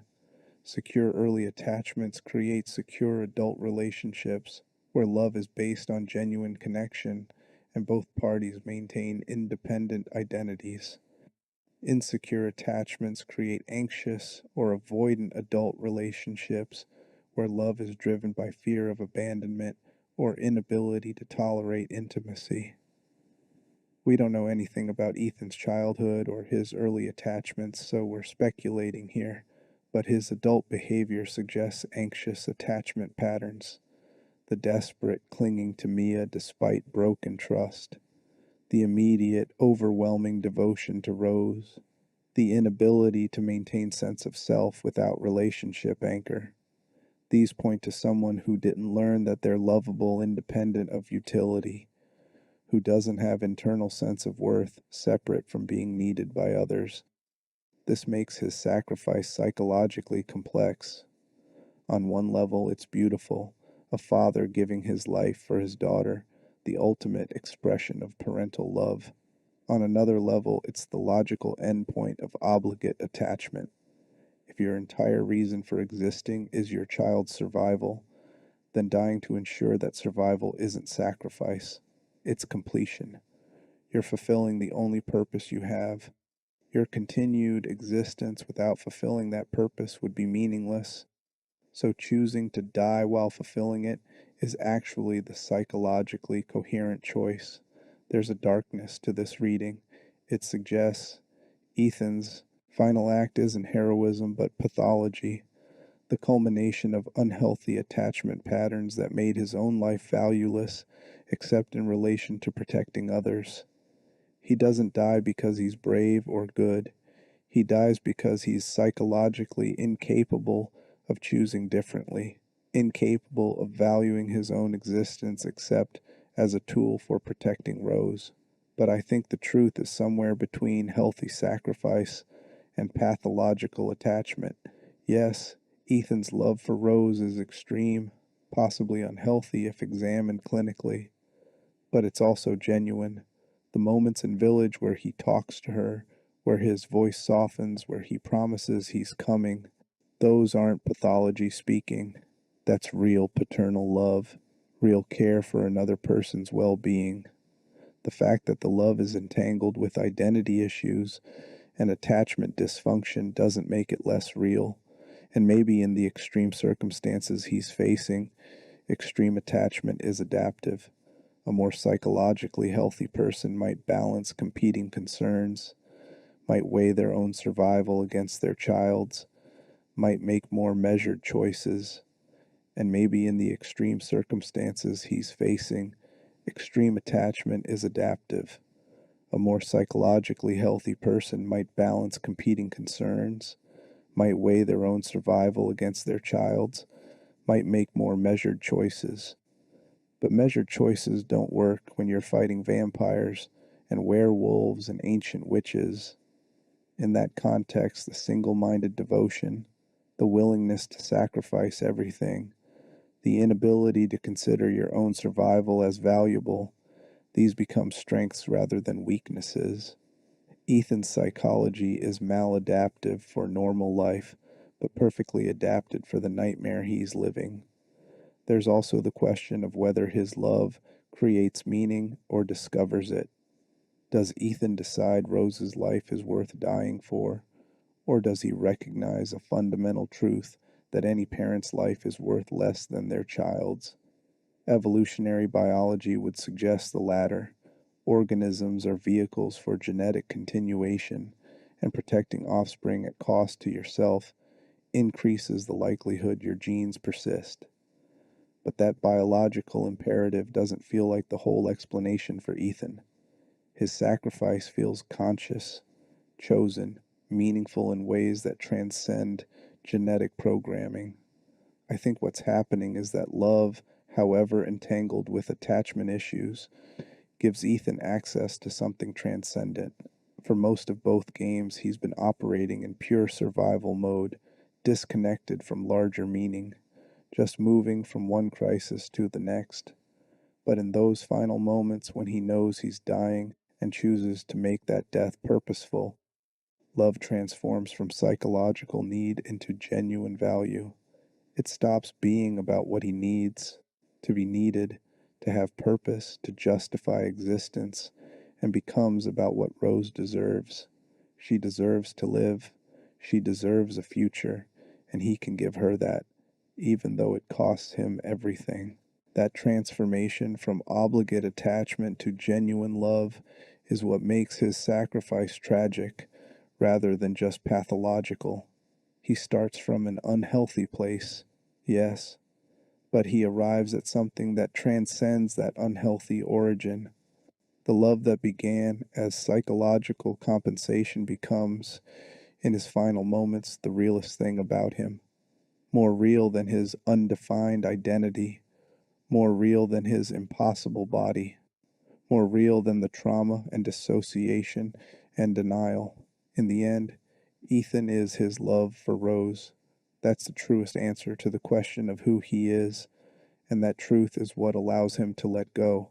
Obligate attachment, level 4, severe enough to be clinically concerning, to shape all his choices to make healthy, independent existence impossible. But not quite level 5 because it transforms at the end, because the pathological need becomes genuine love, because he finds real meaning rather than just psychological compensation. That transformation saves his story from being purely tragic and makes it something else, bittersweet, painful, but ultimately meaningful. He dies, but the love that motivates his death is real and valuable and worth the cost. That has to count for something. Silence and the faceless protagonist. There's one more aspect of Ethan's psychology we need to address, and it's maybe the most unusual. For most of 2 games, you never see his face. Even when you play as him, even in cutscenes, the camera avoids showing him clearly. You see his hands, his arms, occasionally his body from his perspective, but not his face.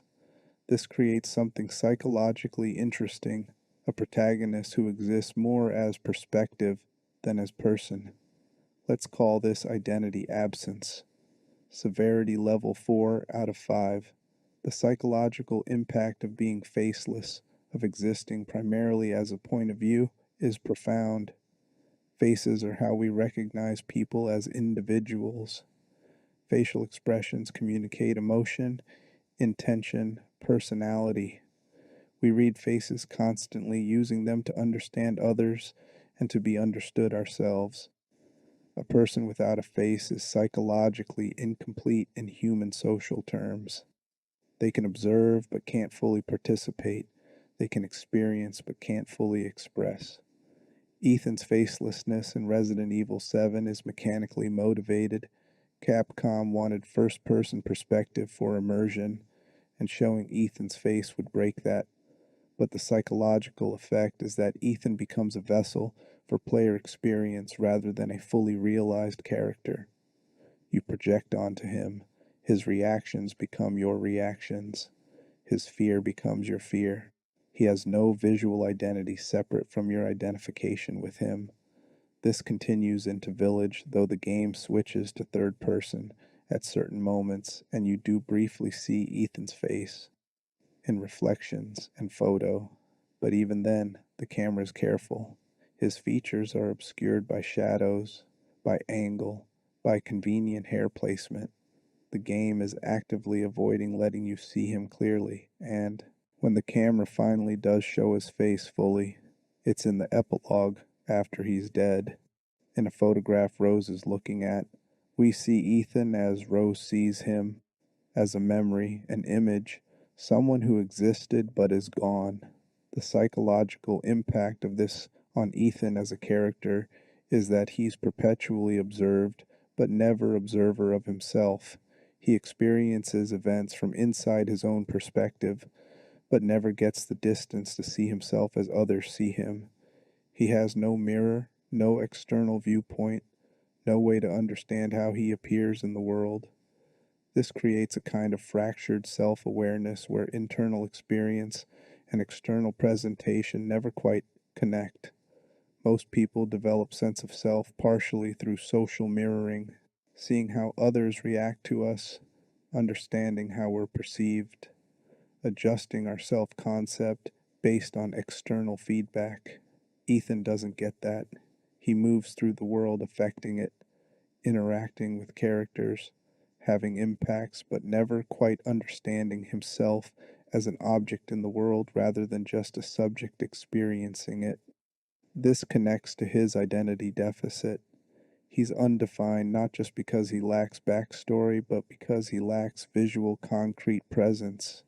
He's more concept than person, more verb than noun. He acts, he searches, fights, protects, sacrifices, but he doesn't quite exist as a stable entity. The facelessness is both symptom and cause of this. He has no face because he has no stable identity. He has no stable identity because he has no face to anchor it.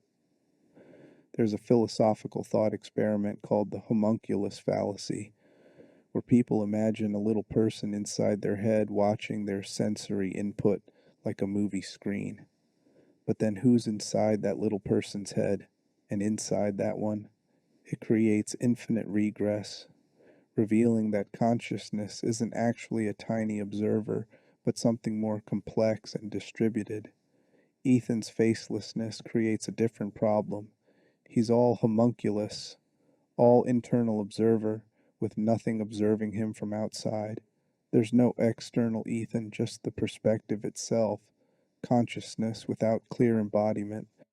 This makes his discovery that he's dead even more philosophically complex.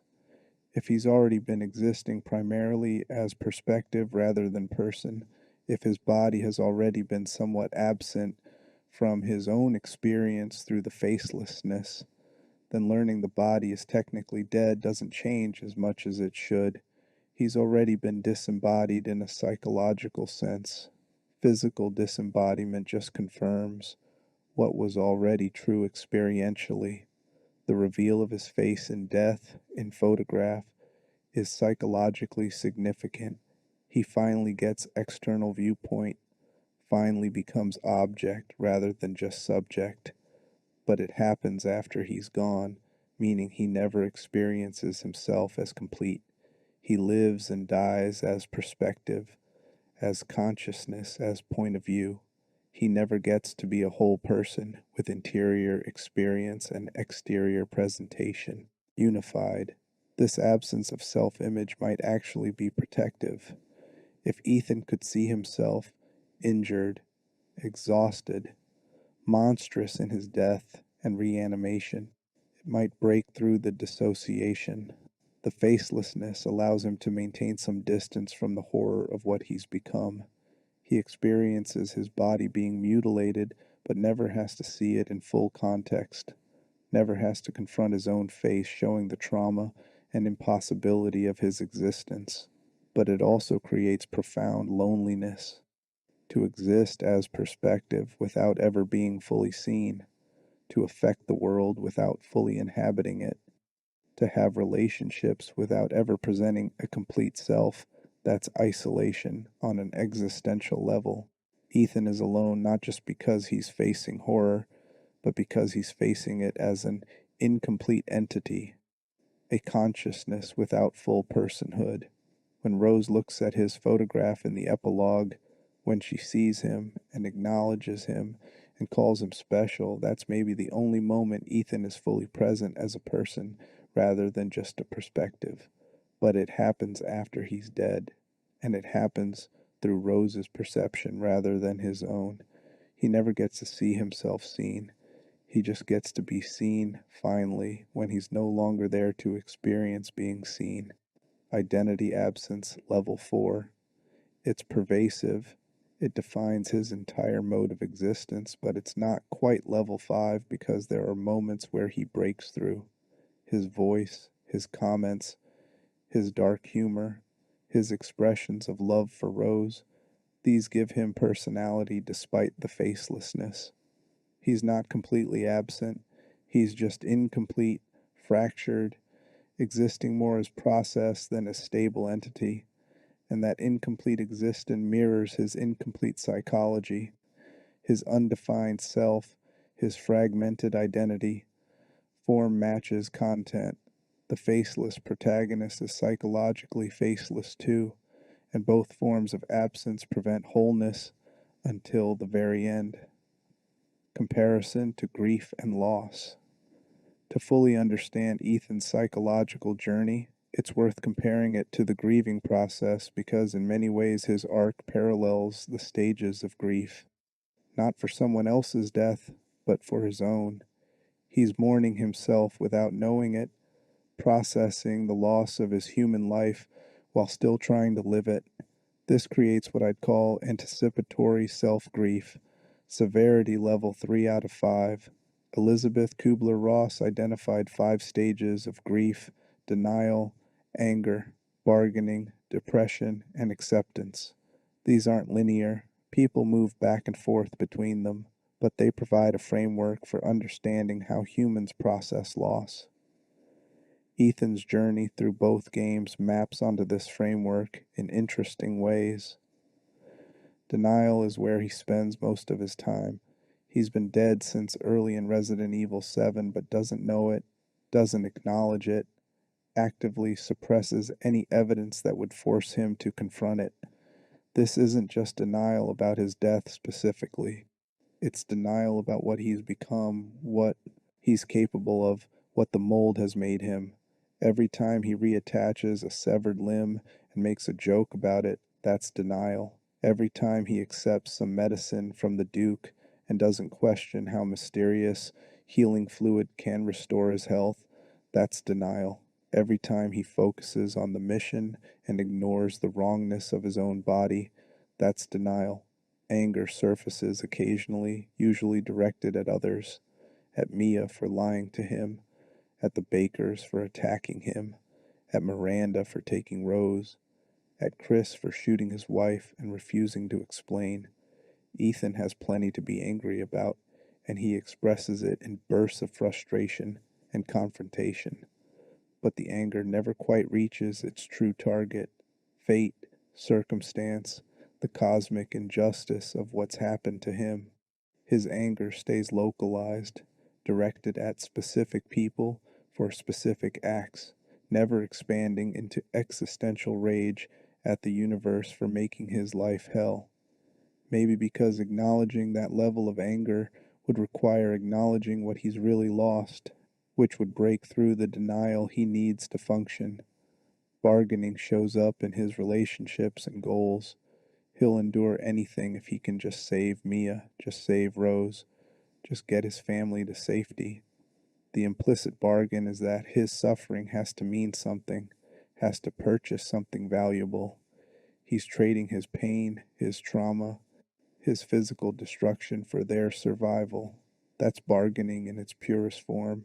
This for that, cosmic transaction, suffering exchanged for meaning. The bargain holds until it can't anymore, until his body is too damaged and his death is imminent, and then the bargain becomes explicit. His life for Rose's future. Final transaction. All his suffering buys her safety. Depression, in the clinical sense, is characterized by persistent sadness, loss of interest, feelings of worthlessness, inability to feel pleasure. Ethan shows some of these symptoms, but not others. He's emotionally flat, yes, but that's more dissociation than depression. He continues to function, to pursue goals, to maintain determination. He's not paralyzed by despair. But there's an underlying emptiness to him, a sense that he's going through motions without fully inhabiting his own experience. That's not quite depression, but it's in the neighborhood.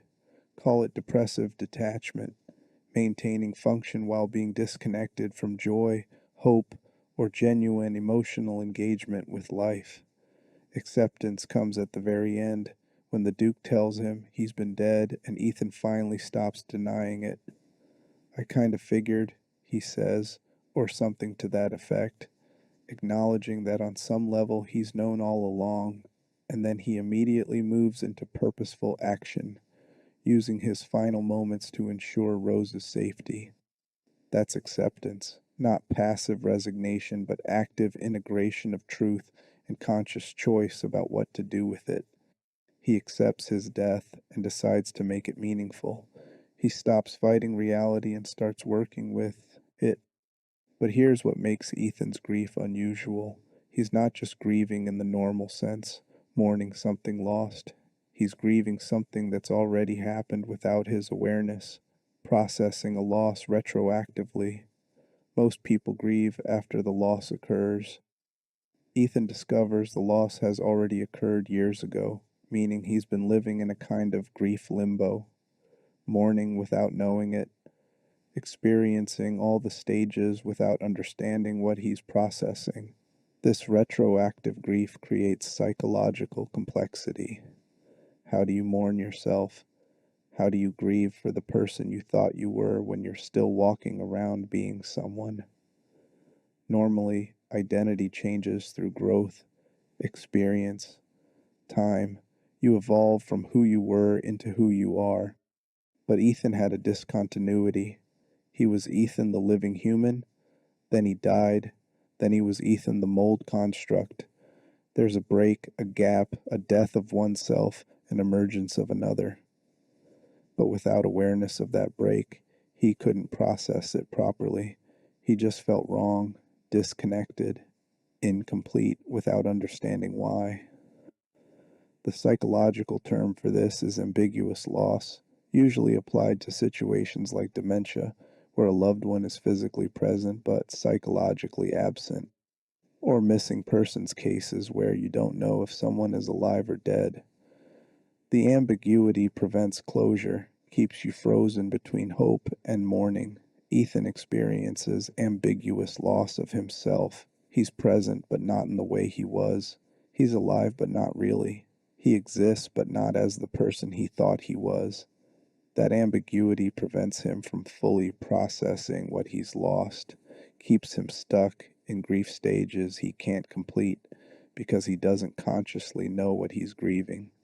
The resolution comes only when ambiguity ends, when he learns the truth and can fully acknowledge the loss. And then he has maybe minutes to process years of grief before his body gives out completely. That's not enough time for healthy grief work, for integration and healing, but it's enough time for acceptance, enough time to look at what he's lost, his human life, his normal future, his chance to watch Rose grow up and acknowledge that loss is real and permanent, and then to consciously choose what his death means rather than letting it be meaningless tragedy. There's something almost therapeutic about that final sequence despite the horror. Ethan finally gets to consciously mourn himself, acknowledge what he's lost, and make peace with it. Not peaceful, happy acceptance, but acceptance that allows action. He's sad, he's angry, he's probably still bargaining internally, wishing there were another way, but he's also finally fully aware the grief is complete even if it's rushed, and that completion allows him to die as himself rather than as a mold construct pretending to be himself.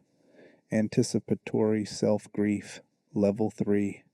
It's there, it affects him, but it's largely unconscious until the very end. If he'd had time to fully process it, if the games had given him space to mourn himself consciously, it would be more severe. But the compression of the grief work, the way it all happens in the final minutes, prevents it from overwhelming everything else. It's the undercurrent rather than the main current, shaping his experience but not defining it completely. Still, it adds another layer of tragedy to his story. He's not just dying, he's finally mourning the death that already happened years ago, processing in minutes what should have taken months or years, saying goodbye to himself while simultaneously saying goodbye to the world. That multiplied loss, grief stacked on grief, makes his final sacrifice even heavier. He's not just giving up his future, he's finally acknowledging he lost his past and then letting go of both at once. The legacy of trauma and Rosemary's inheritance. We need to talk about what Ethan leaves behind, because his psychological journey doesn't end with his death. It continues through Rosemary, through the epilogue, through the implications of what she's inherited both genetically and psychologically. This is intergenerational transmission of trauma.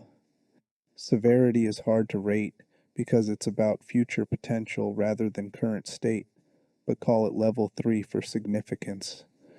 Intergenerational trauma is well documented in psychology. Children of Holocaust survivors show higher rates of PTSD and anxiety despite not experiencing the Holocaust themselves. Descendants of enslaved people carry trauma markers passed through family systems and possibly even epigenetics. Children of combat veterans often develop hypervigilance and trust issues learned from parents who couldn't fully recover from war. Trauma ripples forward through generations, affecting people who weren't directly exposed to the original traumatic events. Rosemary is inheriting trauma from Ethan on multiple levels. First, there's the genetic component. She's the child of two mold-infected parents. Ethan was dead and mold-animated. Mia was infected by Eveline and cured, but presumably still carrying traces of mold in her system. Rose is described as having special powers, being valuable to Miranda specifically because her biology is unique. She's not just human, she's something else, something hybrid, carrying forward the mold infection that defined both her parents' experiences. The psychological implications of this are staggering. Rose will grow up knowing she's different, knowing she has powers other people don't, knowing her biology makes her valuable and therefore potentially targeted. She'll have to navigate identity questions Ethan never fully answered. Is she human? Is she monster? Is she something new entirely? These questions will shape her development, her relationships, her sense of self. Second, there's the direct trauma inheritance. Rose was kidnapped as an infant, used in ritual, fought over by supernatural beings. She won't consciously remember this. Infant memory doesn't work that way, but trauma affects development even without conscious memory. Infants who experience severe stress show altered cortisol patterns, attachment difficulties, developmental delays. Rose spent her first months in crisis, parents stressed, father searching for her, ritual danger surrounding her. That's not the secure, calm environment infants need for healthy development. Third, there's the absence of Ethan himself. Rose will grow up knowing her father died saving her. That's a heavy burden for a child to carry. Survivor guilt can develop even when survival wasn't your choice, wasn't your fault, especially when someone else died to ensure it.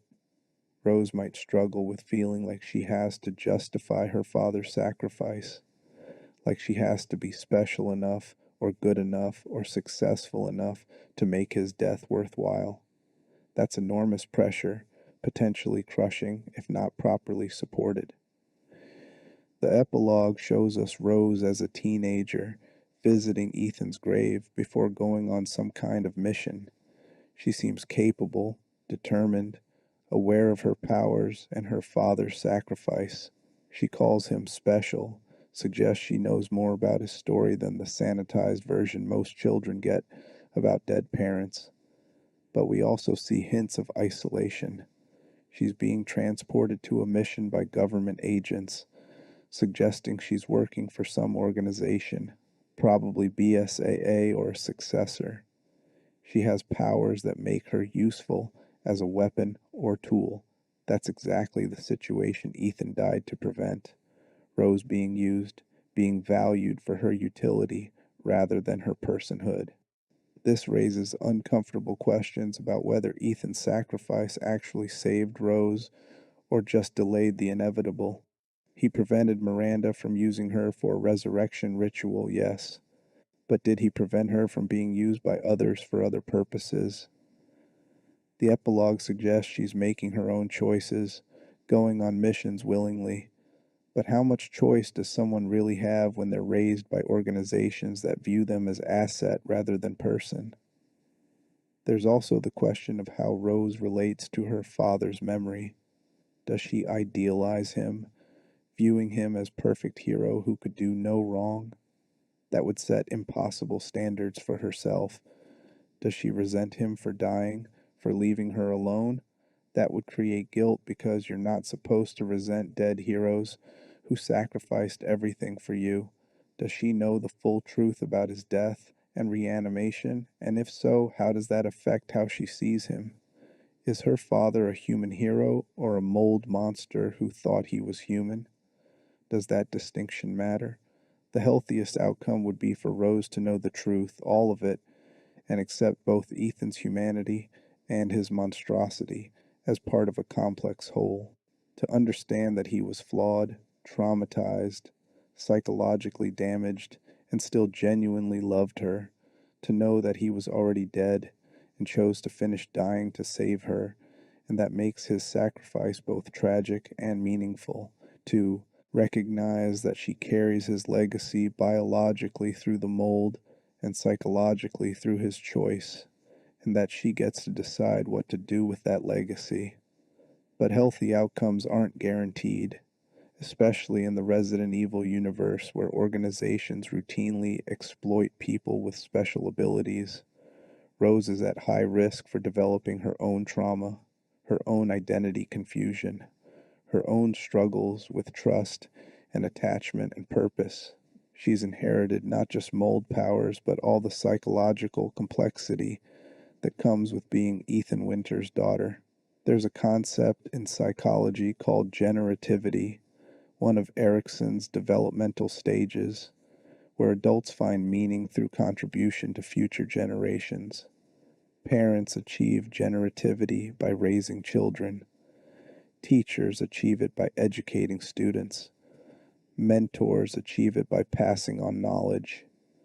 It's about ensuring your existence mattered, that you left the world better than you found it, that some part of you continues after you're gone.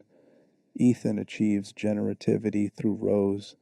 His existence, however traumatic and complicated and impossible, resulted in her. His sacrifice ensured her future. His love shapes her understanding of what parents do for children.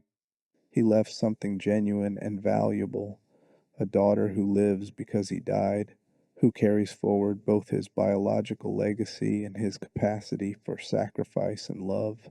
But generativity comes with the responsibility to the next generation, and Ethan couldn't fulfill that responsibility beyond the initial act of preservation. He couldn't teach Rose to be strong himself. He had to outsource that to Chris, to whatever organization is raising her, to life itself. He couldn't model healthy relationships or emotional processing or identity formation because he never figured those out himself. He could only give her life and hope others would help her figure out how to live it. That's the final tragedy of Ethan's psychology. He solved the immediate crisis, Rose lives, but he couldn't address the long-term implications. He saved her from dying, but couldn't save her from inheriting his complications. She'll carry forward mold biology, trauma legacy, loss of father, and the burden of his sacrifice. She'll have to navigate questions of identity and humanity and purpose that he never resolved. In saving her life, he gave her all his problems plus her own. Whether that's better or worse than not existing at all is impossible to say. Rose at least gets a chance.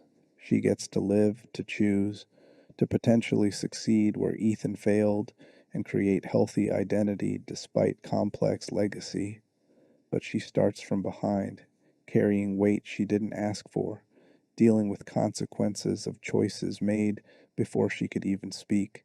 Intergenerational transmission, level 3. It's there, it matters, it will shape Rose's entire life. But it's also hopeful in a way. Trauma passes forward, but so does resilience. Rose has Ethan's capacity for endurance, his determination, his love. She also has what he never had, knowledge. She knows what she is from the start. She's not discovering her death retroactively. She's not working through denial and dissociation. She knows her father's story, knows her own nature, can make informed choices Ethan never could. Maybe that knowledge, that awareness will break the cycle.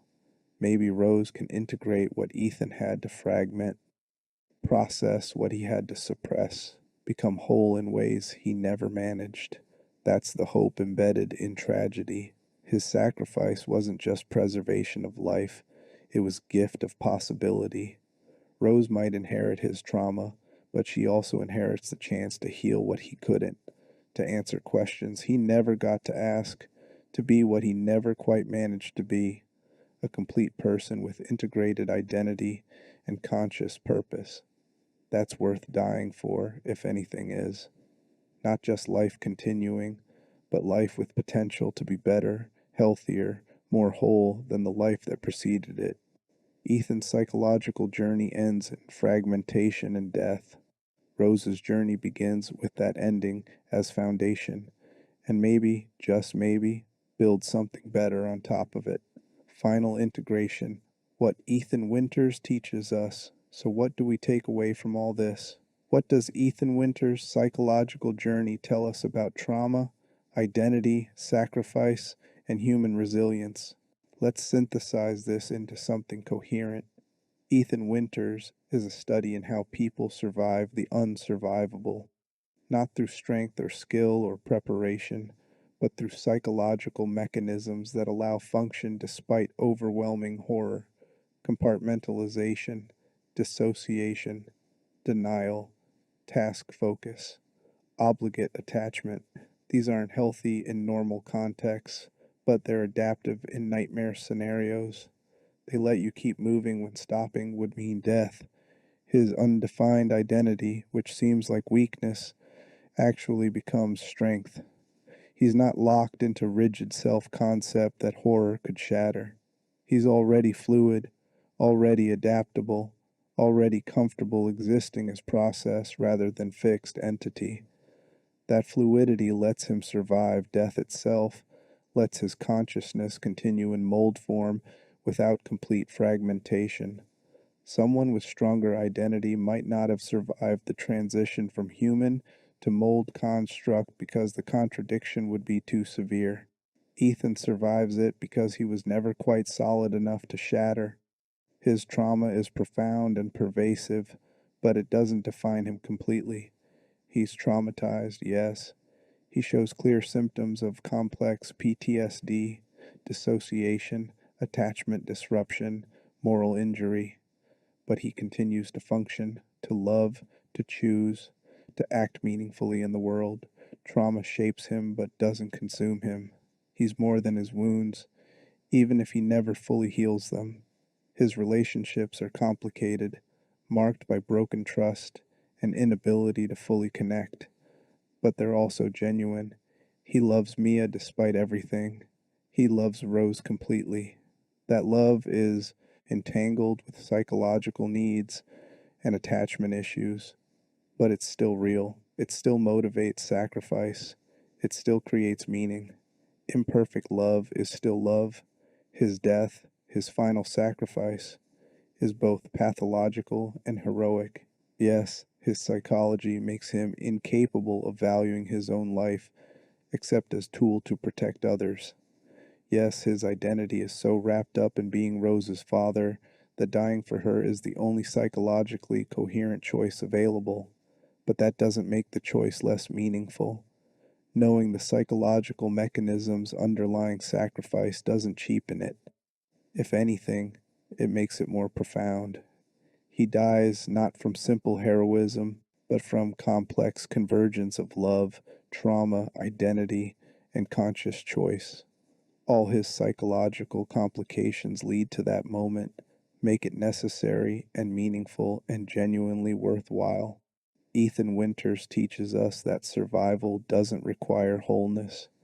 You can be fragmented, traumatized, psychologically damaged, and still function, still love, still do meaningful things with your impossible existence. He teaches us that identity can be fluid without being absent, that you can exist as process and adaptation and reaction and still be a person with agency and value.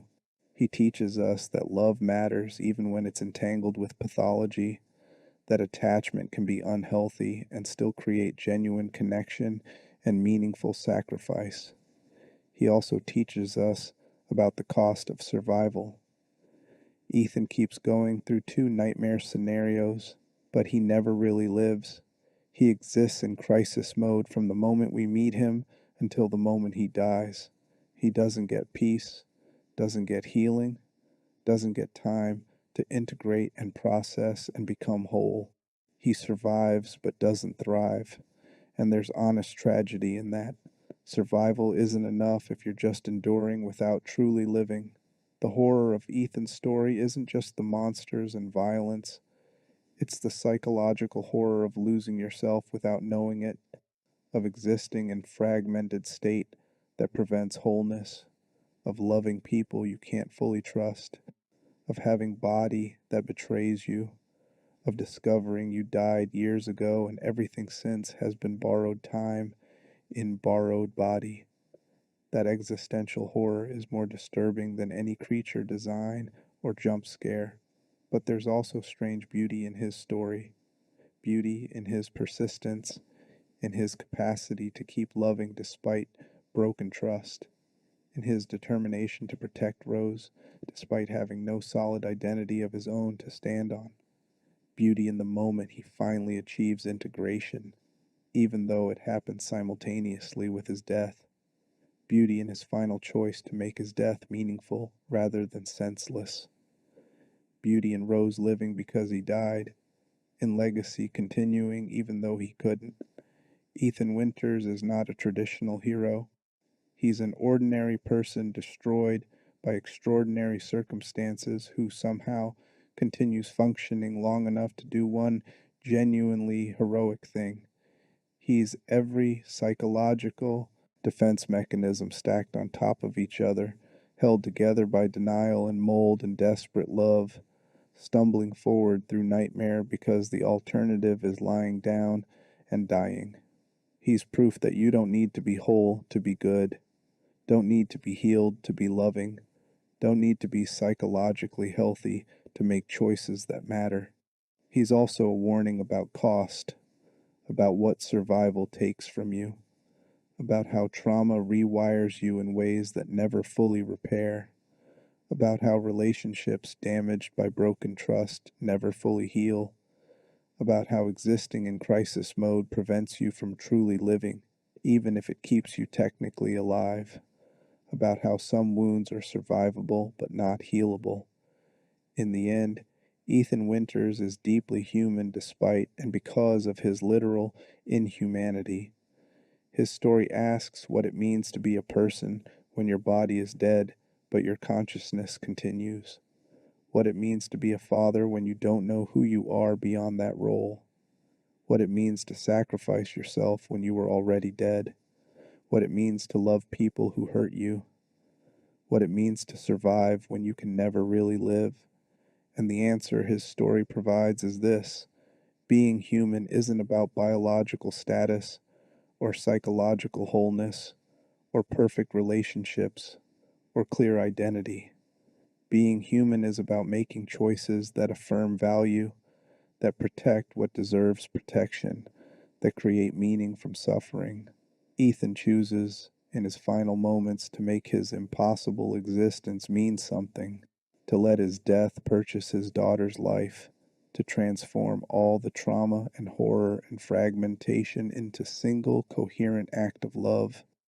That choice, more than anything else, is what makes him human, not his body, which was dead and fungal, not his identity, which was fractured and undefined, not his psychology, which was damaged and dissociated, but his choice to consciously affirm that Rose's life matters more than his own death, that love is worth dying for, that even broken people can do genuinely beautiful things. That's Ethan Winters, a dead man walking who didn't know he was dead, stumbling through nightmare with no training and no clear identity, held together by mold and denial and desperate love, finally learning the truth about himself just in time to die for real while ensuring his daughter lives. Traumatized, fragmented, impossible, and somehow, despite everything, genuinely heroic in the quiet way real people are heroic, not through strength or confidence or special abilities, but through the simple, stubborn choice to protect what matters at any cost, even when that cost is everything. His story ends. Rose's story begins. The trauma passes forward, but so does the love, the resilience, the capacity for sacrifice and meaning making. Ethan never got to be whole, but maybe Rose will. He never got to heal, but maybe she can. He never got to answer the question of who he was, but his final choice answered the question of what he valued. And that valuing, that conscious choice to make death meaningful, is the best resolution his psychology could achieve.